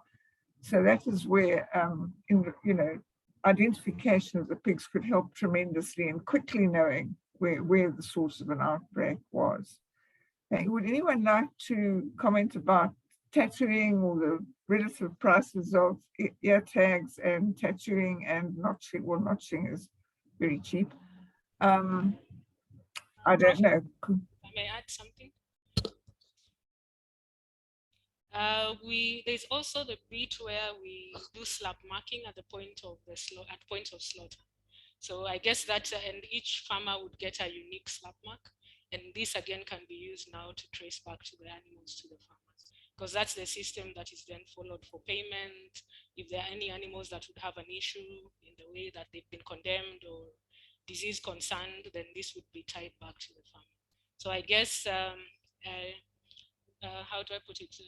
It is cheaper because the farmer would not be able to do it at their level, maybe because of cost, but at the point of slaughterhouse, it is possible to identify and trace back to the farm of origin. Thanks. I saw a question in the chat, but what is slab marking? So perhaps you could give us a bit of a rundown on that.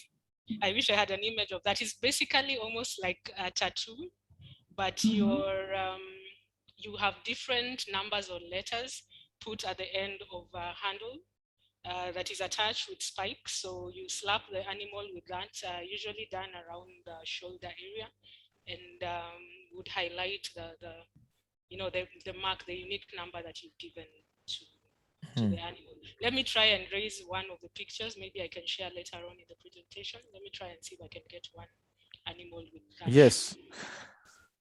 Thank you. There's I see, Peter, you've got your hand up. Is it about the marking of pigs? Because then I won't go to other questions just yet.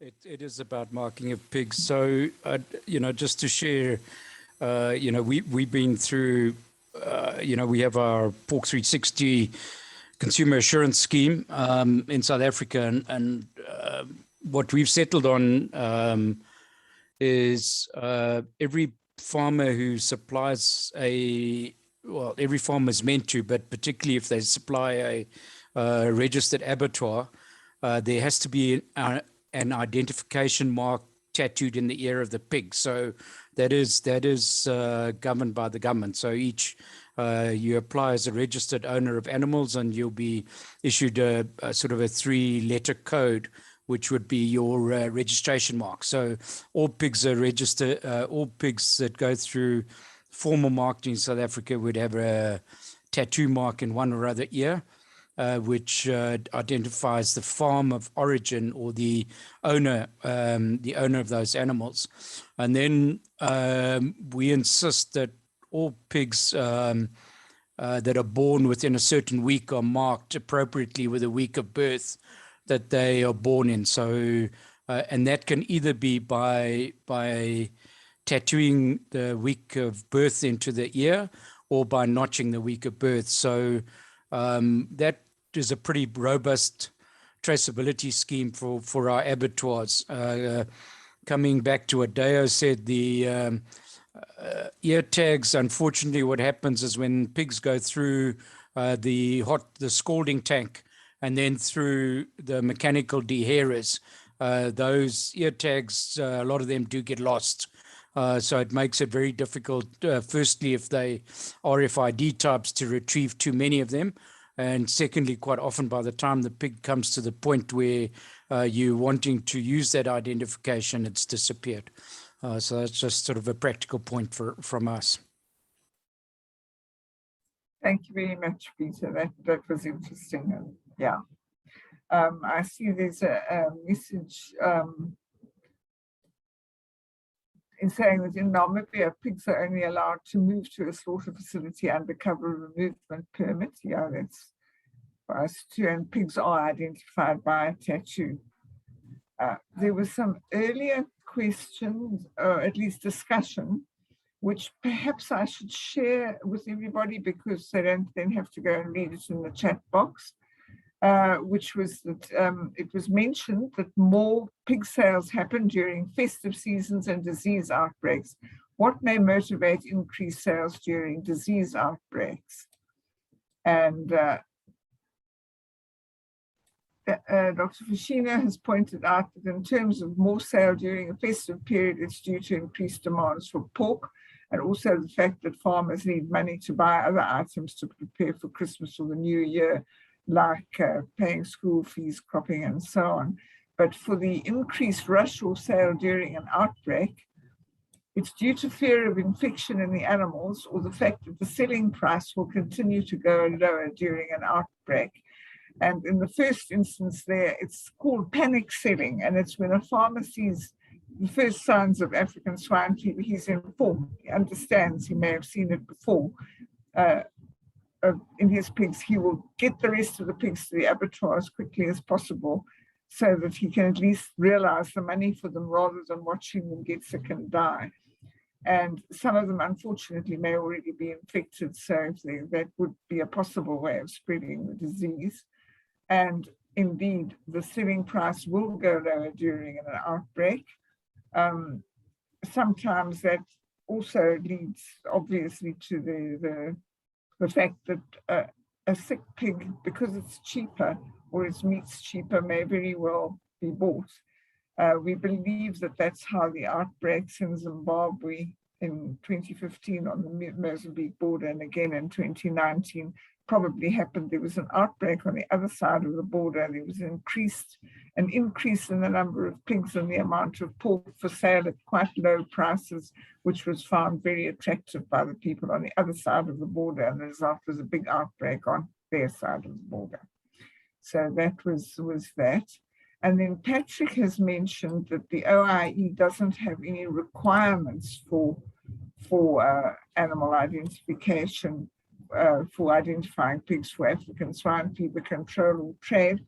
I think it would probably be true to say that they don't require, but for example, for cattle, the EU requires individual identification of all cattle before they will allow importation of the pork and complete traceability back to the farm of origin.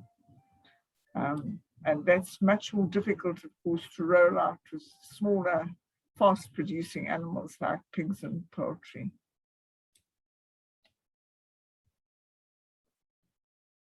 Again, at the end, the question is, if veterinary service is not involved whenever there's an outbreak by preventing more sales through movement control in order to prevent more transmission? And I think that the answer to that is yes, indeed.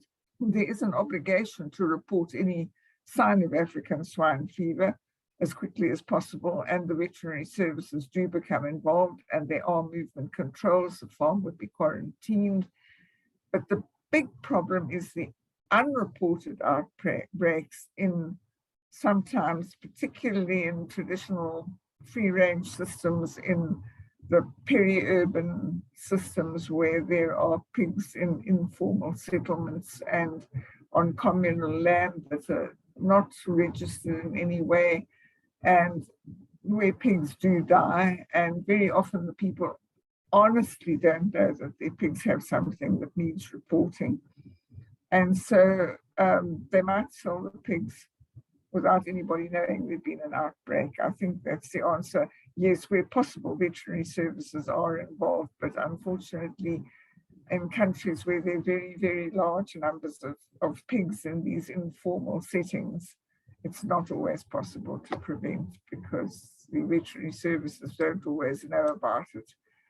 I don't know if anyone else would like to comment on that or on anything else, or ask any questions, give us some examples from their experiences.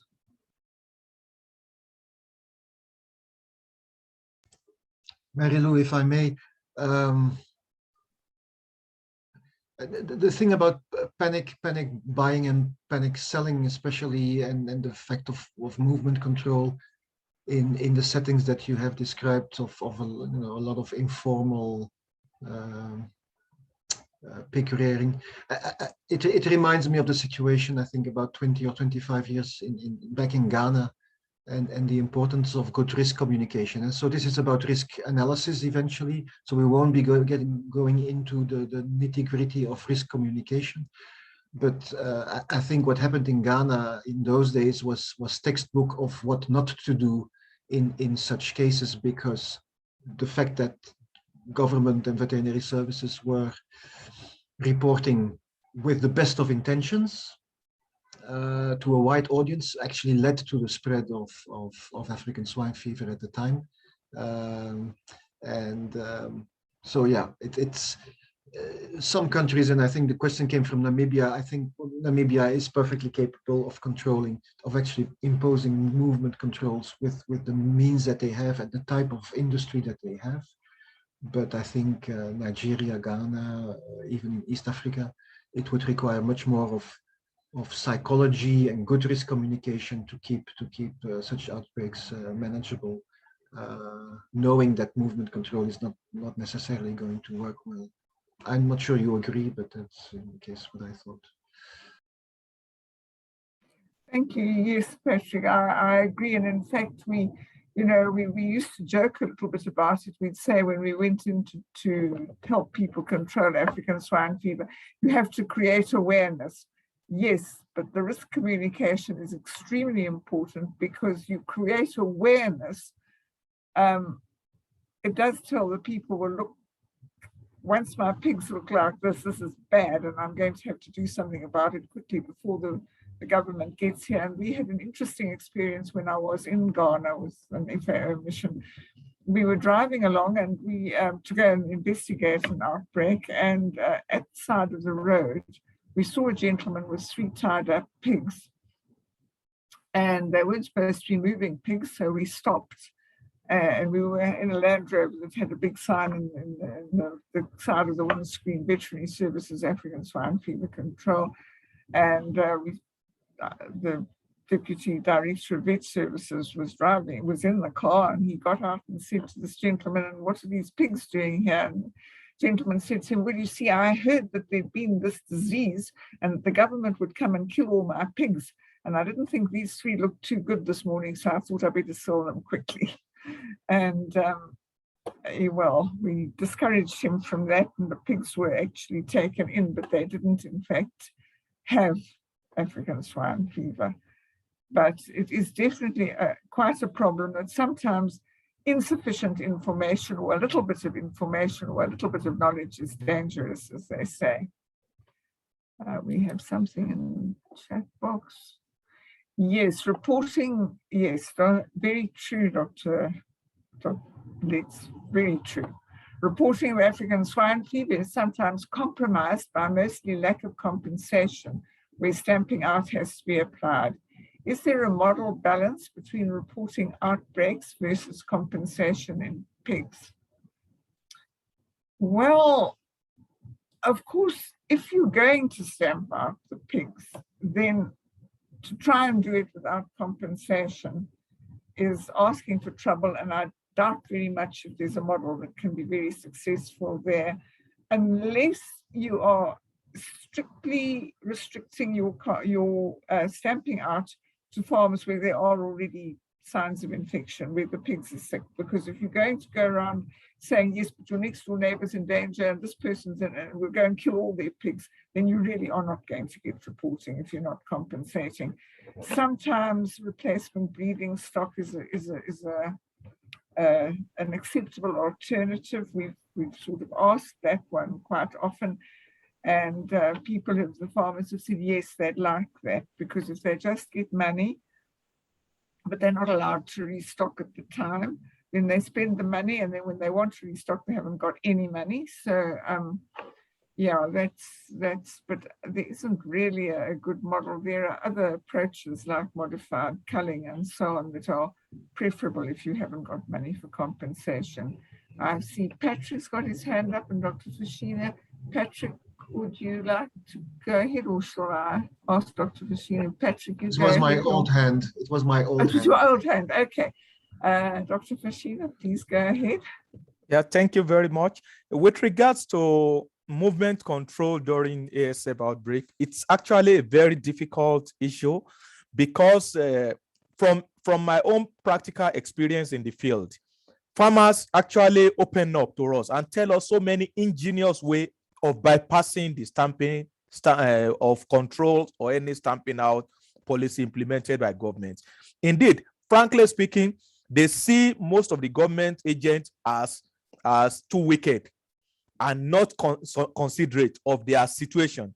And that is why they defied or they devised so many ways of bypassing the official protocol, including reporting, including cooperation with the government officials and all those things.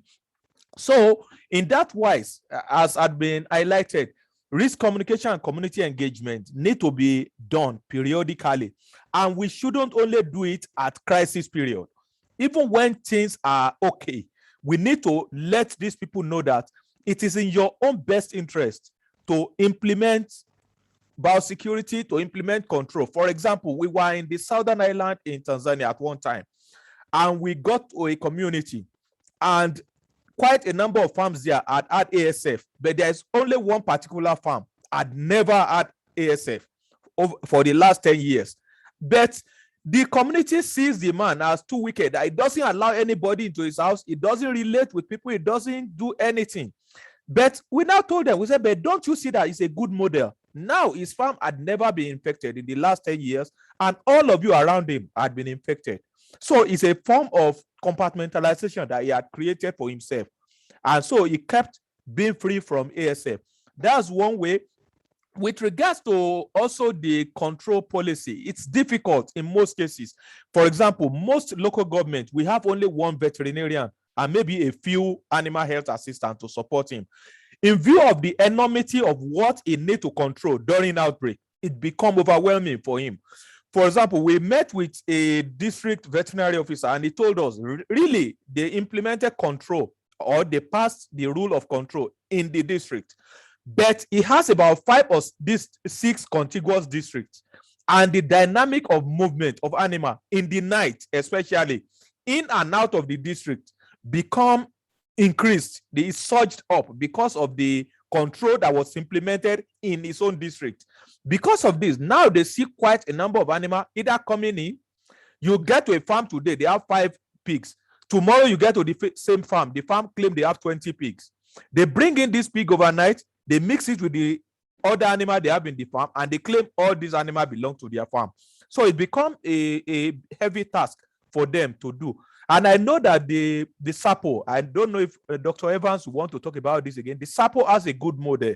They work in partnership with the government, and they've done public-private partnership with regards to compensation for pigs that are slaughtered. So these are some of the models that can be adopted by other countries, especially when the enormity of the compensation to be paid are not overwhelming for the pig industry. Thank you. Thank you very much. Yeah, that's all very true. Peter, would you like to add on to that and talk a bit about the good work that you people were doing? I'm glad you say we're doing, Mary Lou. Yeah, certainly in the early days, as Mary Lou alluded to a little while ago, African swine fever in South Africa was confined to an area where we were 100% sure that there were the Tampin Reservoir, the Tampin and Warthog Reservoir was established, and then it escaped into previously uninfected areas. And in the early days, the pork producer organization, SAPO in South Africa, worked hand in hand with our veterinary services colleagues in attempting to eradicate ASF from the previously non-infected areas. And that took we never really called it compensation, but what we did do, we realized that a lot of the people affected were smallholder farmers, people who'd taken their pension, people who'd taken retrenchment packages and bought a few pigs. They had small holdings of sort of 1 hectare or 1.5 hectares. So you know, people's livelihoods and their savings were decimated. So we had a goodwill policy where we would you know, go in and help the government in their stamping out, but at the same time, we would do a goodwill payment. It was never meant to be full compensation market value. Then we didn't get any more African swine fever cases until 2016. And since 2016 to present, the numbers have just increased year on year on year. You know, that kind of financial intervention is way beyond the scope of what our pig industry organization can afford. And secondly, our veterinary services and you know, the powers that be within government have asked us to stop paying any type of compensation, because it doesn't seem to have made any difference in modifying the behavior of people. Everything that one does when it comes to African swine fever outbreaks and controlling diseases, if it's not going to modify the behavior of people, stop them buying at auctions, trading pigs of unknown health status, you know, ignoring quarantine notices. I mean, that's something that happens a lot. You know, you would quarantine an area, you know, a settlement where there are a number of people keeping pigs.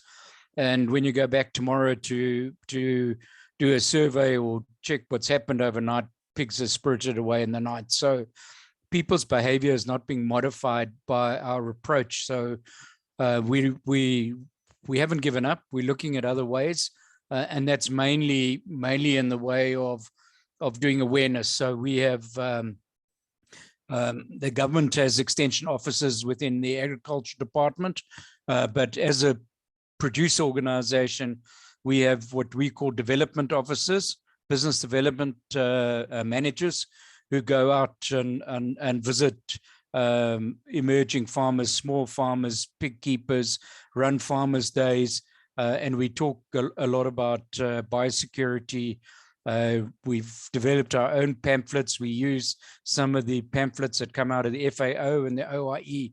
So we really strive as far as we can to inform people. We use local radio stations, often in the language that's spoken in that particular province. South Africa's got 11 official languages, one of which is English. The other one is of French Dutch descent, Afrikaans, and then there's 9 basically African languages that are spoken.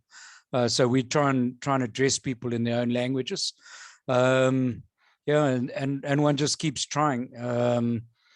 Yeah, I could go on for days. I think that answers the question to a degree. Thank you very much, Peter. I don't know if you were at African Swine Fever Working Group meeting on Friday, but Gary Berman from Western Cape had a very nice story of a group of farmers in Freeranging who simply decided our pigs are not going to die and protected them, and they haven't died and they haven't had African swine fever, and that is in an informal settlement. And I thought it was a very nice example of, you know, that they really understood. So I think the awareness is working there, is what I should say.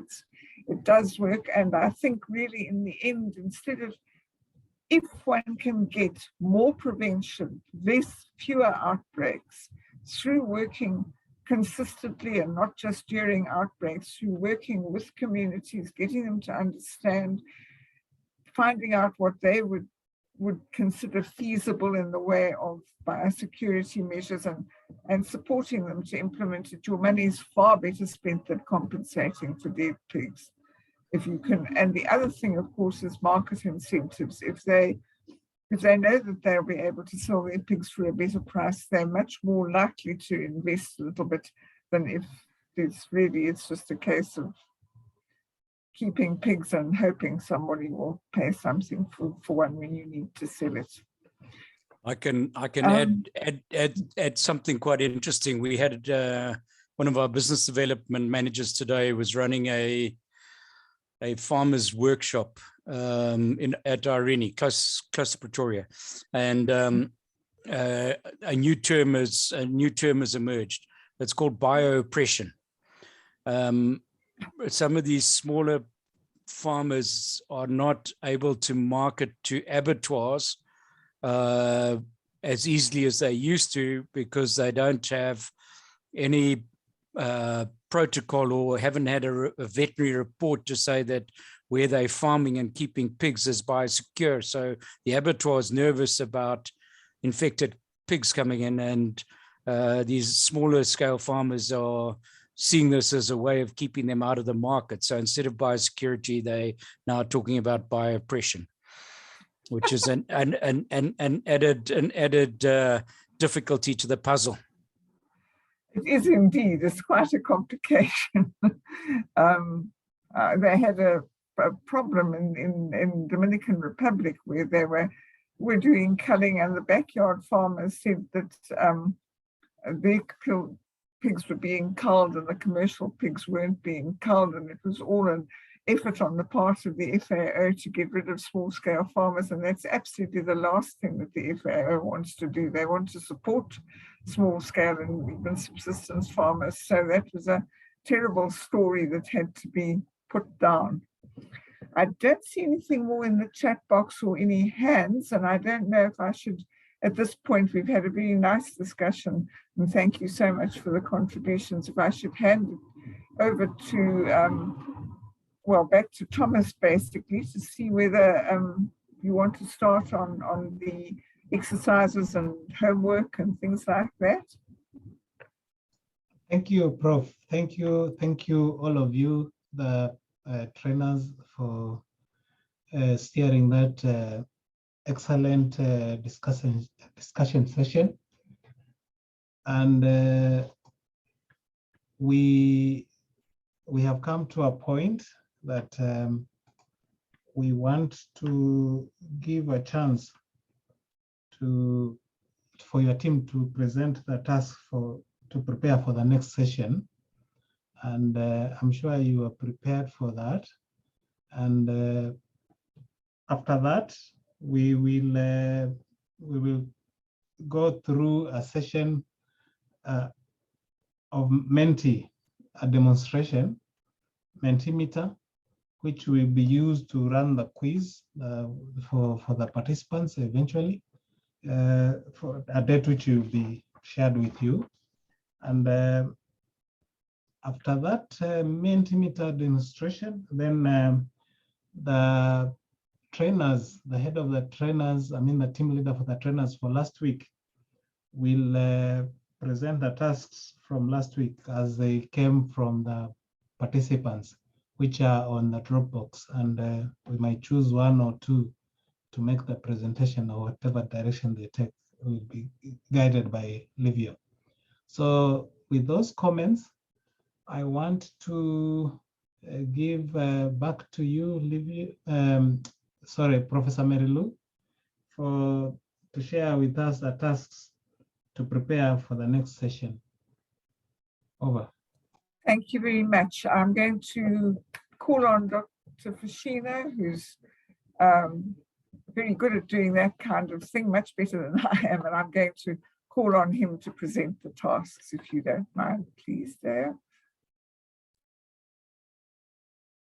Thank you once again. And the task we proposed is not very difficult, but it needs some knowledge of the field as well as being practical about what you've observed in the field as different professional in your area.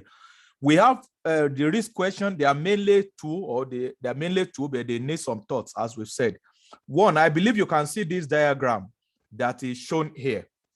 We have infected pigs. It can be infection due to ASF or any other disease. And based on the field experience and the discussion we've had, we put all these 6 different items as likely sources of risk of infection to create infected pig: contaminated formites, contaminated swill, hired boars, contaminated water source or stream, contaminated byproduct, and purchase of infected pigs.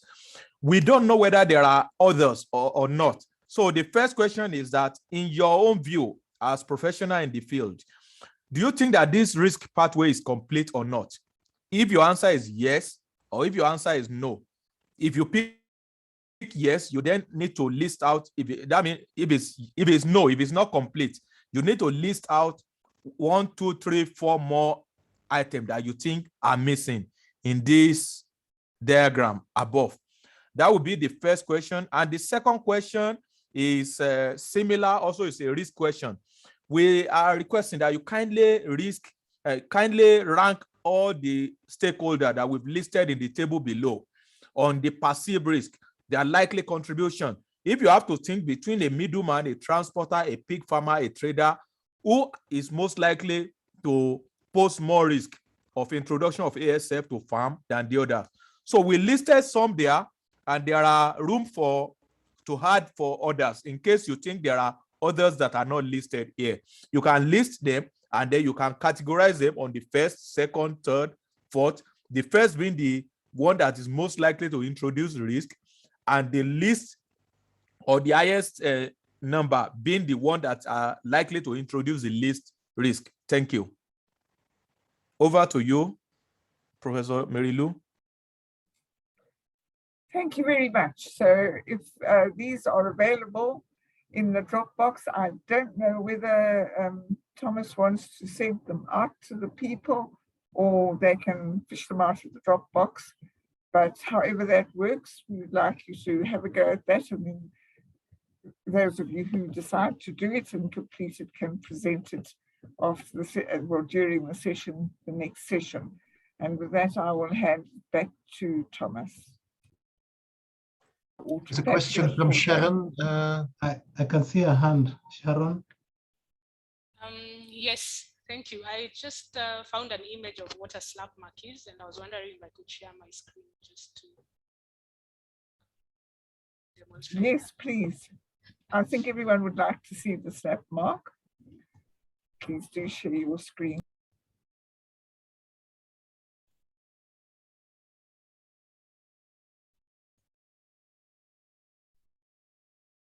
So can we all see it? Yes, we can. Yeah. Yes. So it's just as simple with a number. What I was trying to describe, the spikes there. Like this one is showing the number 99. And what would happen is at the point of sending the animal to slaughter, it would be slapped on either side of the shoulder and remains up to the point at which the animal is butchered. So simple, not a good image, but I hope it passes the message across what I meant. Okay, so this is anti-mortem. This is administered on the live animal. Yes, anti-mortem. Okay. Thank you, Sharon, for yes, Professor Merilo. Yes, thank you very much for showing us. I also had wondered exactly what it was. So over to you, Thomas. Thank you. Immediately we come to the end of today's session. I am going to share today's presentation, the PDF format, together with the task which has been shared to all the participants like I've done before. I think most of my colleagues, once they get the presentation and the tasks, they usually respond back to me that thank you, we have received.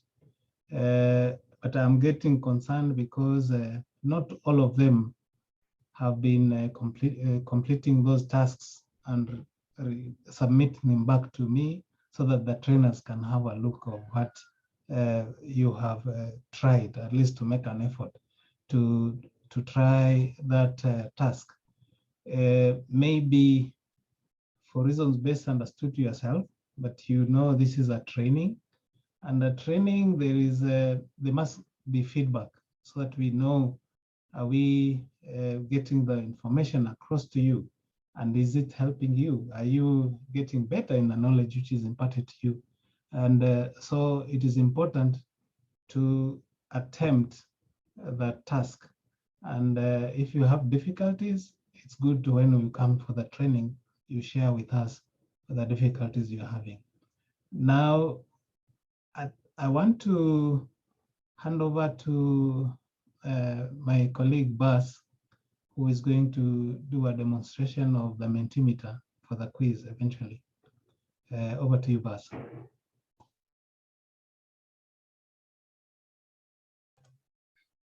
Thank you, Thomas. So next week we'll do the little quiz at the beginning of the session.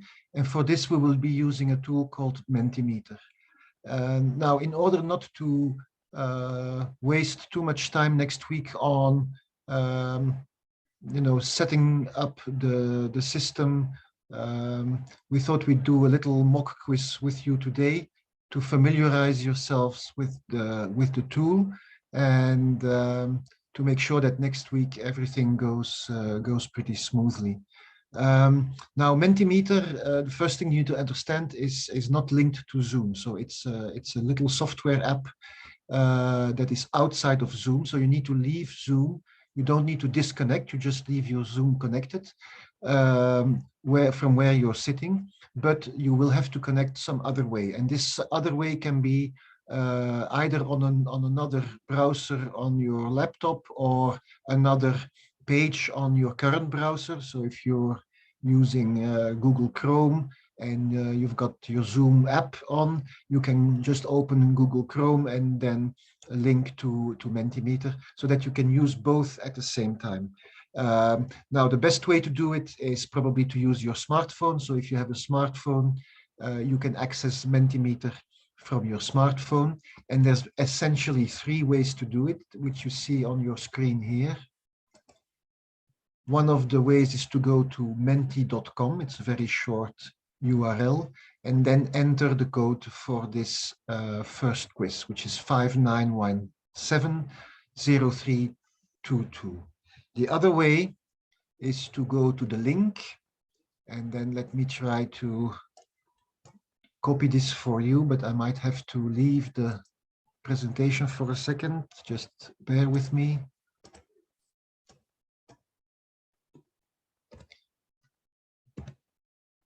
Okay, let me.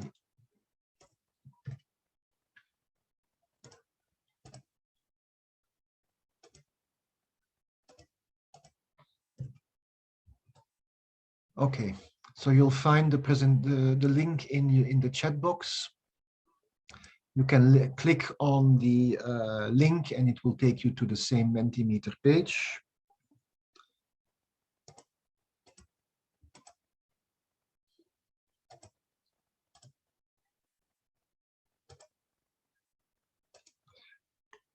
And the third way is to use a QR scanner on your smartphone. So if you scan what you see on your screen now, it will take you to the same Mentimeter page. So 3 ways to get to Mentimeter. Just putting in the URL and then entering the code manually, clicking on the link that you find in your chat box, or using the QR code on your smartphone. Of course, the QR code is linked to a smartphone. You cannot easily use it on a laptop. The other 2 can work with a laptop just as well as with a smartphone. So I would like you to do this now. Try to get into the Mentimeter quiz. And I'll see you in a second on the other side.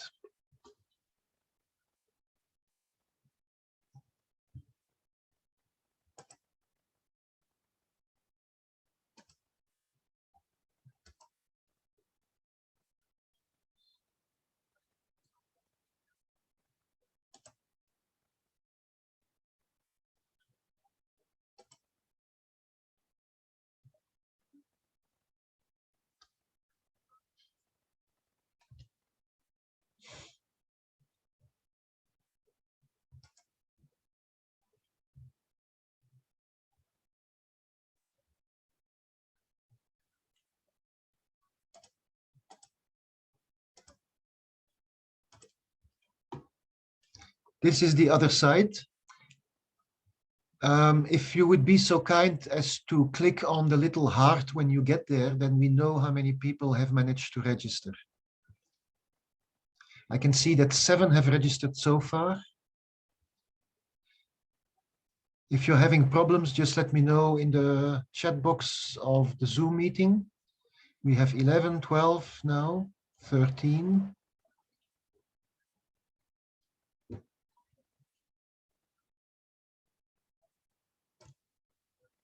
Now, what matters to me more than whether the trainers or the OIE staff can connect is that the participants can connect. So I don't have the names here, but I hope that if you have a problem connecting, that I can again give you the QR code and the other accesses here.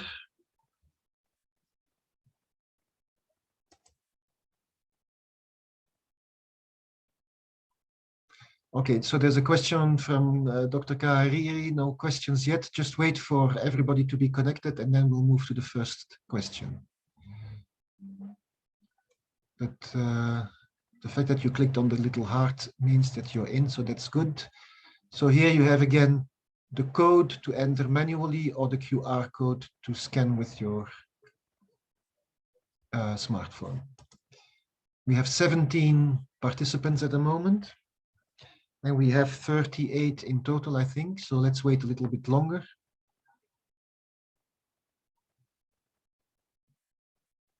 Well, 38 minus myself, I suppose.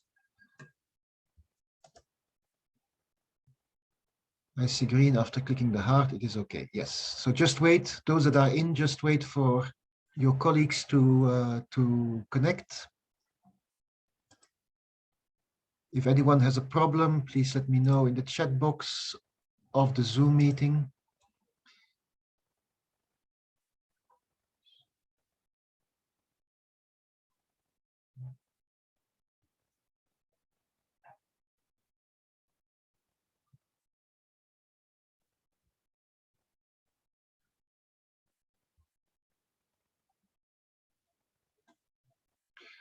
Okay, so we have 20 people now. Let's start. Maybe others can join at a later stage.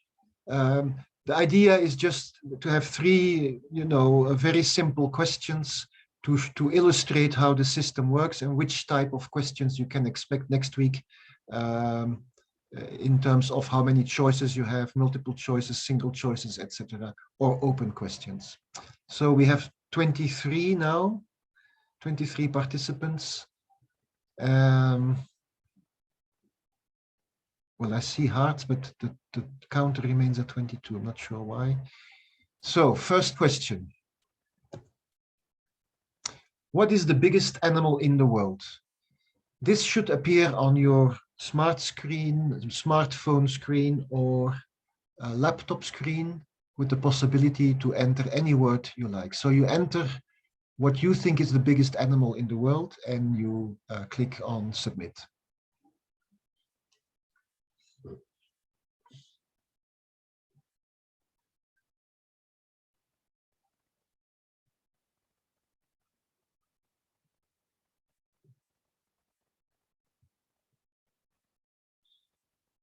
"13 people have answered so far, with a total of 3 different answers.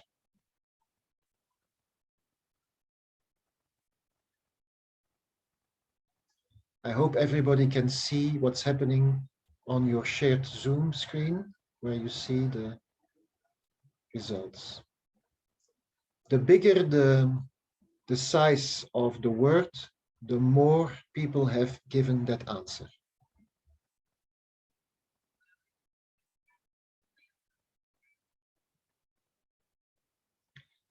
So we have 24 answers now, which is about, I think, the number of people that we have connected. I'd be very interested to know what on earth a mola mola is. If the person who answered that one can just clarify what a mola mola is, then we can go on with our lives. Anyone? Mola mola? Please unmute your microphone.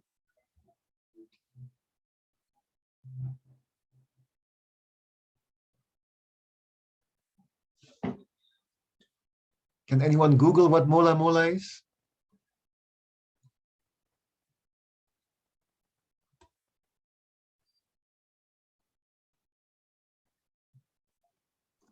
can see on the chat box a huge fish. A huge fish. Okay. Yeah, from Argentina. Ah, it's. I thought it was an African word, but it's a moonfish. Okay. Thank you, Martin. I hadn't seen the comments in the chat box. Good. So this is an example of where you have an open question. So whatever comes across your mind, you can answer.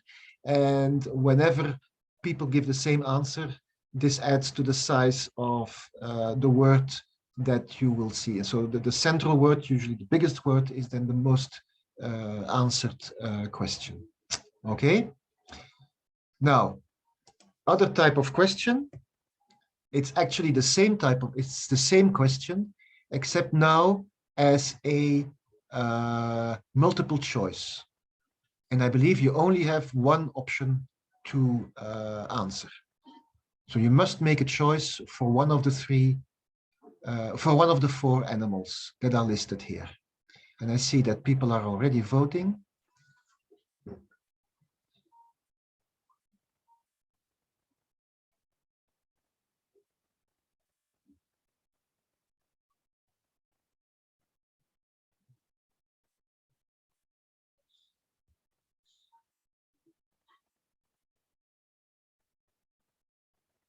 I am sorry that Mola Mola is not part of the choices.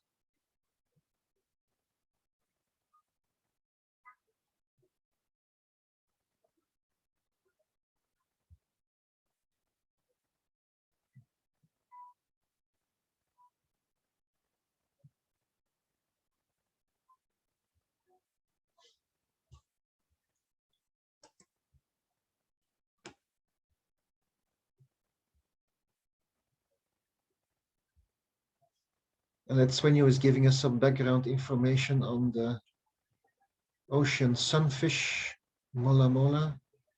The largest teleost in the ocean, average adult may weigh 1,000 kilos and the highest recorded weight is 2,300 kilos. Thank you for that. Okay, it doesn't matter, but according to my information, the biggest animal in the world is the blue whale indeed. At least out of these four, and apparently also in general. So, but we can have another discussion on whether the Mola Mola is bigger than the blue whale in the future. So that's another example of the type of question that you can expect next week, which is a multiple choice, one single option. Now, I think the last one I want to share with you. Not sure what this is.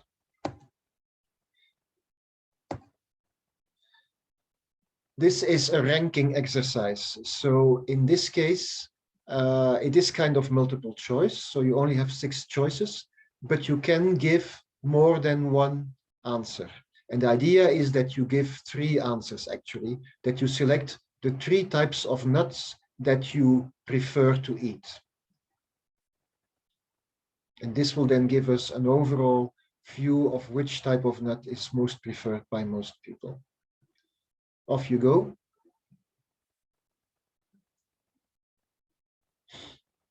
So you can vote for 3 different types of nuts. You don't have to choose one, you can vote for 3 different types of nuts.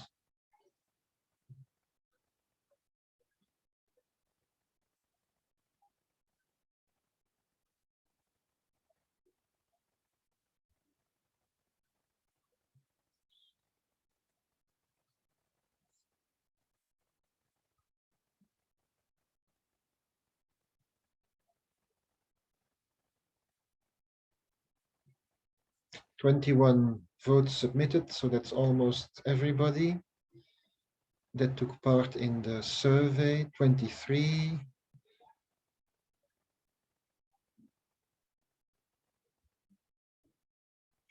Okay, so you get the gist of it. Based on this system, we can find out which cashew nut, which nut is most preferred, which is the cashew nut. Of course, in this case, there is no right and no wrong answer. This is just about what you think is the nicest nut to nibble on. In other cases, there could be, and it will primarily be the case next week, there is a right answer and there is a wrong answer. So I think that's what I wanted to show you for today. And remember that next week it's for real. Thank you very much. Over to you, Thomas. Thank you, Bas, for that demonstration. It was a real change of what we are doing, and it prepares us for next week. Next week, the day of the quiz, is it on? Yeah, we are going to meet on Tuesday next week, so that's the day when we are going to have the quiz. So we have to, all systems are prepared, and with the task which I'm going to share this evening, we'll be fully prepared for that task. Now, because we are through with that demonstration, I want to call on Livio to lead us through the presentation of the tasks from last week's topics and how our participants have performed, so that they can get to know the progress they are making. Over to you, Livio. Thank you very much, Thomas. Well, thank you firstly for all of the presenters for today. Extremely interesting talks today, which I'm sure everybody enjoyed. So, as you might recall, last week, as is the custom with this training course, we issued 2 tasks, one focusing on the transmission cycles and the epidemiology of African swine fever, which Edward led, and then one on the diagnostics that is used for ASF in the laboratories, which I led. So we received some feedback from the participants. Thank you very much to everybody that did respond. It's quite interesting to see the responses. I'm going to hand over to Edward to do the first part of it. He will be reporting back on the task on the transmission, specifically focusing on the biosecurity pamphlets that we wanted to develop. Edward, over to you. Yeah, thank you very much, Livio, for that. So I'd like to share my screen, and I hope this time around I don't get into trouble like the last time.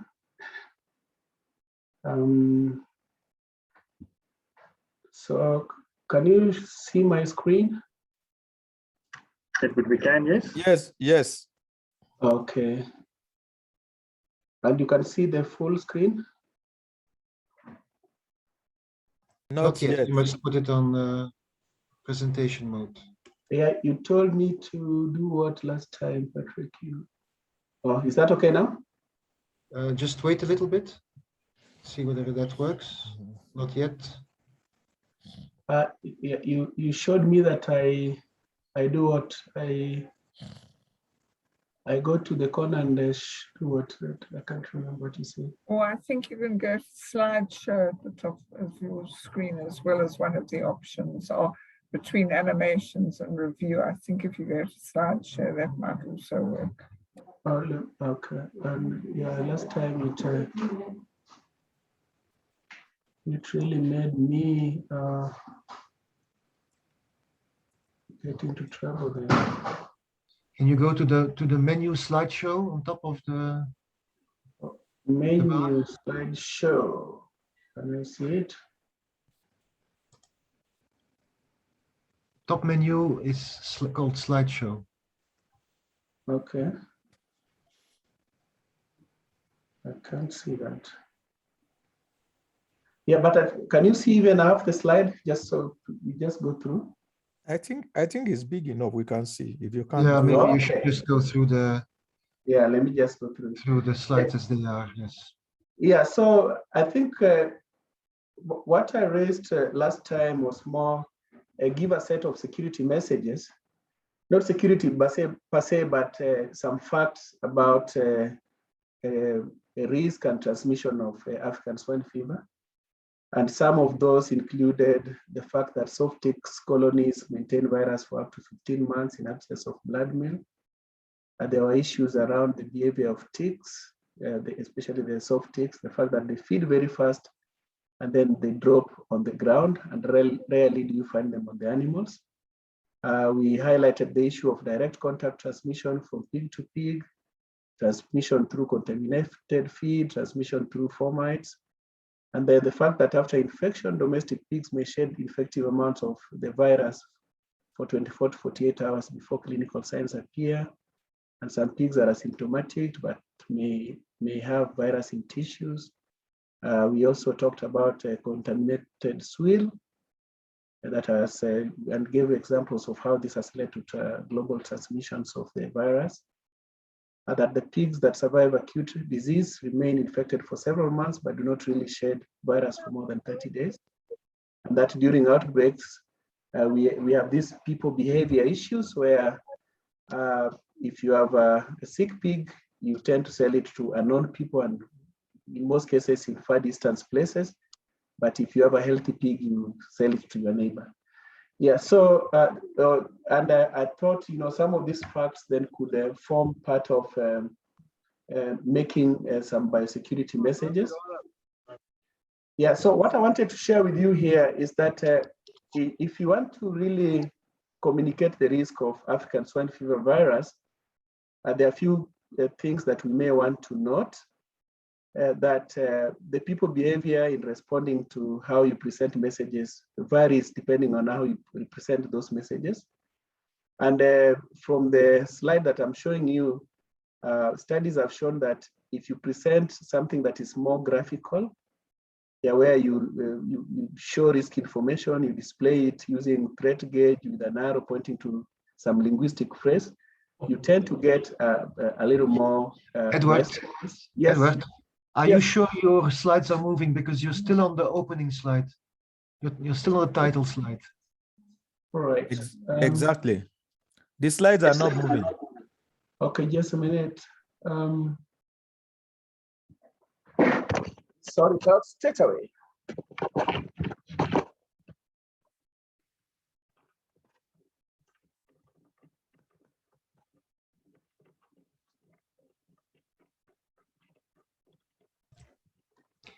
Okay, Edward, that's better, because now if you go to display settings on top, you can probably, excellent. Now you've got presentation mode. Okay. You may want to go back to the slide that you wanted to present. I'm not sure. Okay, so I gave you the background of the biosecurity messages. You can see that? Yes. Okay. But would you mind going through them again, maybe? Because it was difficult to follow without having the slides to support what you were saying. All right. So I want to say that out of the presentation I made last week, I basically pulled out some key messages that we could pull out in terms of risk of disease transmission. And the first message that I sent was that the facts that we have is that soft tick colonies can maintain virus for up to 15 months in absence of blood meal. And so this means that the soft tick, as a natural host of the virus, can actually make sure that the symbiotic cycle transmits this virus to warthogs and then eventually to pigs. I also mentioned the behaviors of these soft ticks, the fact that they feed very fast and then drop on the ground, and you'll rarely find them on the animals like you find in the hard ticks. The other issue that I talked about was that direct contact transmission is the most common, which occurs between pig to pig.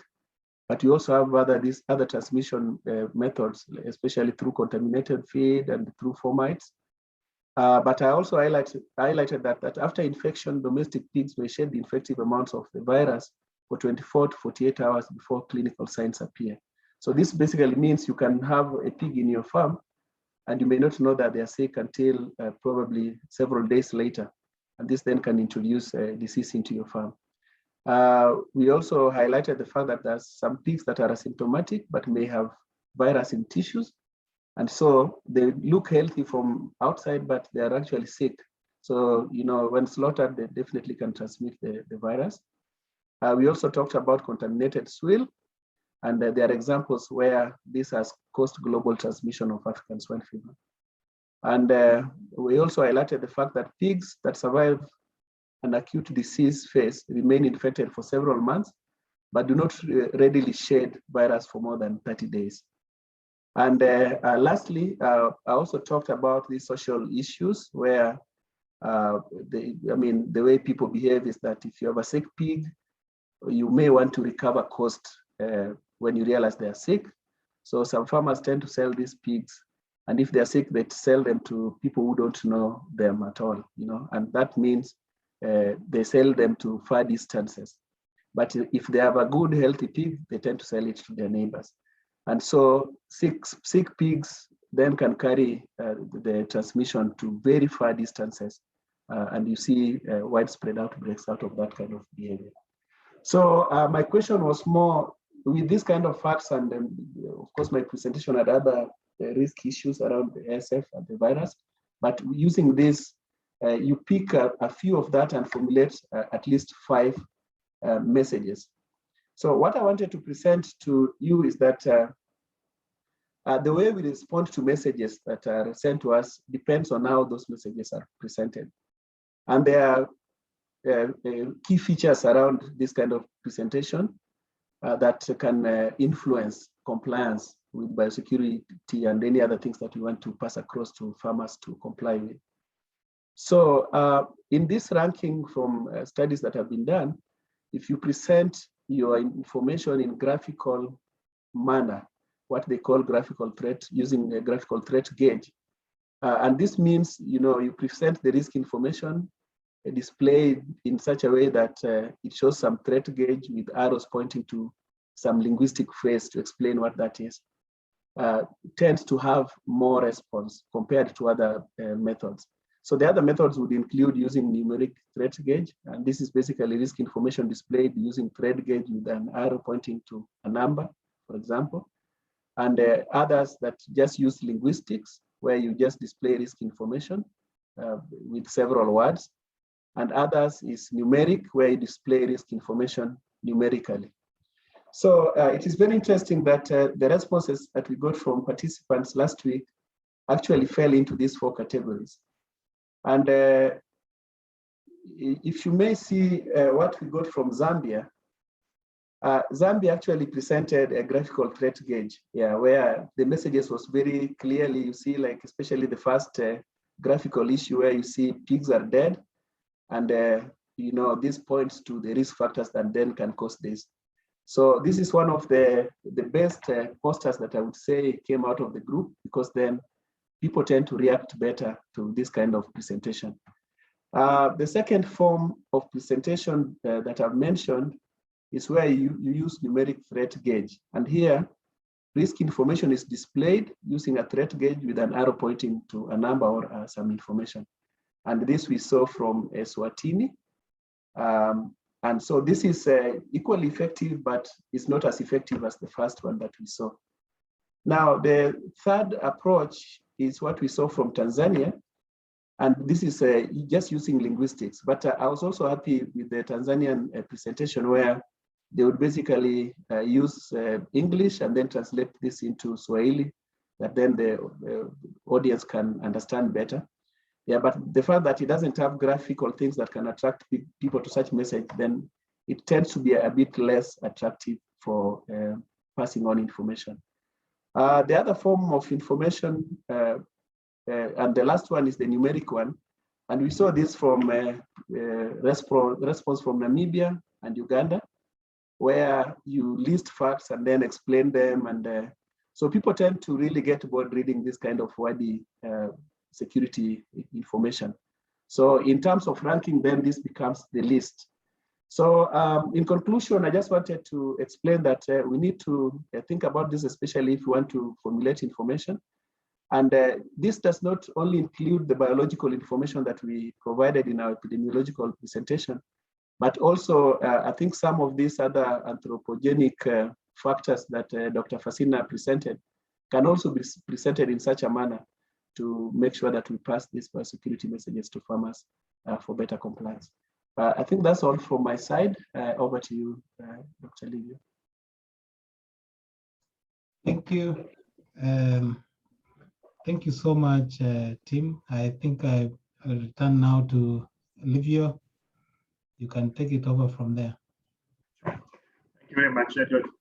It's quite interesting to see the different approaches and the different ways that the teams approached it. And some of those are almost ready to go onto the posters around our area. So well done to everybody that worked on that. I don't know if there may be any questions or comments specifically directed to Edward on this task before we move to the next one. I'll just quickly scan through the comments and the list of participants. I don't see any comments. Edward, thank you very much for that. And again, thank you to all the teams that responded. The next one, we only received one response to the diagnostic request or the diagnostic task, which was from Eswatini. And I'd like to share that with you. So if you allow me just to share my screen, see if we can get this going. Edward, if you can maybe just confirm that you can see the entire screen. Yes, yes, we can. Okay, great. Thank you very much, Luke. Yeah. Let me just close that. Thank you. So as I mentioned, on the diagnostic task, Kingdom of Eswatini responded. Why is it not moving?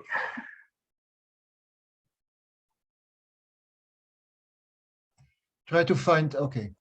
Yeah, there we go. So it seems to have moved. So if you recall that we had, in terms of the diagnostic task, we had 3 scenarios for which we presented in the first 2 the incomplete decision tree, which we requested the teams to complete. And then for the last one, we asked the teams to actually put together a decision tree from some of the options that we made available to you. So for scenario 1, the scenario that we highlighted was that a pig keeper in a border town reported large numbers of pigs dying suddenly with no apparent signs of disease. On inspection, the veterinary services find pigs showing cyanosis at the tips of the ears and bloody diarrhea. The veterinarian suspects that the animals may have died of African swine fever and submitted samples to the laboratory for testing. And then we asked you to complete the decision tree to come to a conclusion on the cause of death. We provided some of the information on the decision tree indicated here in the maroon or red squares, and left out some of the information on the squares that are indicated here in white. So the first question that we asked was what samples should be submitted. Eswatini indicated spleen, lymph nodes, lungs, and kidneys, which is completely correct. These are, in terms of post-mortem sampling, the most appropriate samples to submit to the laboratory for testing. In terms of the test that should be performed, we highlighted that the first test that was most likely to be performed is the OIE prescribed PCR, and then requested the teams to indicate which other tests they would perform. And again, correctly, Eswatini selected virus isolation and heme absorption test as the second test that should be conducted. In terms of the results for the PCR test, based on the scenario on the next slide, which we'll come to, you had to then fill in that one, and we gave the result of the heme absorption, which was heme absorption positive. So for the PCR, considering the rest of the decision tree, if you get to the point where you can do genotypic analysis, it means that the sample tested positive using the OIE prescribed PCR, and phylogenetics was then conducted on it. The final conclusion, and again, Eswatini was completely correct in concluding that the animal was per acutely or acutely infected, with less than 10 days passing after the animal was infected.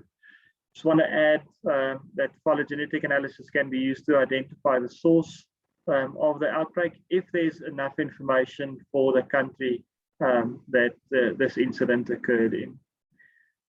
It's very similar to the second scenario. Here we were looking at a commercial producer that had a surveillance program already set up on the farm.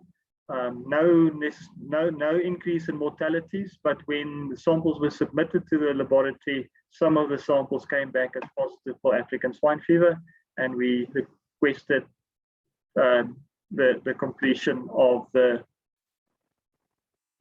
sorry, my apologies, the completion of the scenario 3 again, or the decision 3. So in this case, again, question in terms of what samples should be taken, EDTA or whole blood. This is correct. You can select these, although this would not necessarily be the first choice. The second answer in terms of serum samples or plain tubes, bloods, red tops, depending on the terminology that you use in your country, would probably be the ideal sample. There's nothing wrong with submitting EDTA or whole blood samples. It just adds to the requirement to bleed multiple samples from animals that you want to include in the survey. The tests that follow can be done on serum as well, but EDTA is perfectly fine. So in terms of the tests that should be performed for a surveillance program of this nature, first test is the ELISA, and the second test is the PCR test, the OIE prescribed PCR test. In this case, we presented the results where antibodies were present and ASF DNA could be detected, meaning that the virus is most likely present. Following on from that, we then provided additional information. The samples were sent to a reference laboratory. 2 more tests were performed on it, the triple PCR test, which tests for the P72, the CD2 gene, as well as the multi-gene families, and whole genome sequencing. The results that came from this was that a deletion of the CD2V and multi-gene families were detected. And we requested the teams to then make a conclusion on this. The Eswatini team concluded the infection is subacute in the subacute phase, and more than 10 days has passed since infection. This is correct. In a subacute phase, typically this is what you would see from a test result. Animals will test positive both on virus, testing for the virus through PCR or virus isolation, as well as ELISA positive for the presence of antibodies. Subacute infections will result in a delayed onset of disease and increased mortalities over time. But quite interestingly, and the reason we had this scenario is the specific genes that were deleted from this virus indicates that there's a suspicion of possible use of unlicensed vaccines, as we've discussed last week. The last scenario that we had relates to illegal consignment of fresh pork that was imported from a country that has active ASF outbreaks, as reported to the OIE, and we requested that a decision tree be built with certain options that we provided. It was not necessary to use all of these options. There are some of these included that is not appropriate, and it was the task or requested to identify the ones that were not appropriate, ignore them, and then use the ones that were appropriate. This is what Eswatini submitted to us. Testing using samples, testing tissue sample using PCR and virus isolation, assuming that the virus ASF would be detected, and heme absorption would also be detected from the sample. That is correct. They also said using the meat juice, test using ELISA, expecting antibodies to be present within the meat juice. The result here is partially correct, and I'll explain why, but in the first instance, you can test tissues. You can take a sample of the tissue of the product that was confiscated, macerate that, and subject that to PCR and virus isolation testing, and if positive, you will get the results as indicated. So that portion is correct. However, in terms of the meat juices, if it is an acutely infected animal, you would not expect antibodies in that animal, so the test would most likely be negative. I do want to say that you can use meat juice for antibody testing, but it is not necessarily advised. But you can use the meat juice for OIE, for PCR testing. Although the sensitivity is slightly lower, you should be able to detect virus if it is present in the sample. So With that, I would like to thank again Eswatini for their response. If there are any questions or comments, I'm happy to answer that now. I see there is something in the chat, so I'll quickly look at that. Okay, sorry, that was a different one. Are there any questions or comments on the diagnostic section?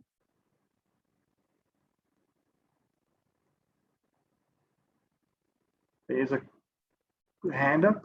Patrick, you wanted to comment?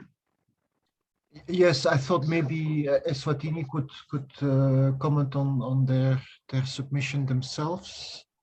The other question I have is, given the fact that only one country responded to your second task, maybe there is a need to revisit this particular subject during the last session when we can, what we call mop up, revisit certain issues that were not clear. This is not easy, I recognize. So maybe we can keep this in mind for the sixth session on the 14th of December. But I'm not sure whether Sirle or Roland would like to comment on their submission earlier. Thank you, Patrick. Yeah, I think that's a very good suggestion, Eswatini. The floor is yours if you want to comment on your responses. If there's anything you would like to add that I might have missed. Yeah, Roland, yeah, not really that we have anything to add. We just appreciate the fact that we attempted and we are getting more information today. Thank you. Thank you very much, Dr. Dlamini. Yeah, no, I think, as I indicated, the answers were actually quite well thought out and accurate, although you could interpret slightly differently. There's definitely nothing wrong in the way that it was interpreted. Patrick, I agree with you. Obviously, the audience that we have as part of this training is not necessarily laboratory personnel. The focus is really on other aspects. It's veterinarians and epidemiologists. So I can understand that the laboratory side of things are not necessarily where the focus is, and I'm happy to revisit it in the final session. I think after next week, with some of the questions that we will provide in the assessment, will give us an idea of where we stand, whether the trainees or the participants need a refresher on that or not. But we'll keep it in mind most definitely. Patrick, I'm not sure whether that's an old hand or it's a new comment. It's my old hand. Thank you. Thomas, then with that, I'll hand over back to you. Thank you very much. Thank you. Thank you for the patience of all the participants to know the level we have reached for this training. We are coming to the end of today's session. We have the three sessions have laid a foundation of the course. I can see Dr. Noel is smiling on his picture because next week we are going to, on 30th of November, the OI standards guidelines and introduction to risk analysis and introduction of OI's risk analysis framework, which is done by Noel Murray, who is actually leading the whole team of trainers on this risk analysis regional workshop. So with those remarks, I have sent a chat individually to the trainers. I've already gotten the answers. That is private to them. So I think I want to say I thank you all participants for staying on. I recognize the participation of the presence of Paulo from the headquarters, my colleague from Argentina. I can see and before I close, maybe Dr. Oksama would want to say a word. Thank you, Thomas. I really don't have much to say. I think it's very interesting and very good. And I just hope the participants are really enjoying the training. And as Thomas had said earlier, it would be nice to actually complete the assignment so that we gauge from ourselves whether we really impacted anything new or we didn't impact anything. So help us to do the assignments and respond to the requests from the trainers. I thank the trainers for doing really a marvelous job. Thank you very much. Would you like to say something? I think nicely, just equally to thank consistent attendance, very broad across the states, and also our colleagues and guests from South America, Martin and your team, trainers. I think this is very, very informative. I'm really learning a lot as well. I'm written somewhere as a trainer maybe, but I'm also learning a lot on peaks and ASF. So yeah, thank you very much, and let's continue with the work. Thanks.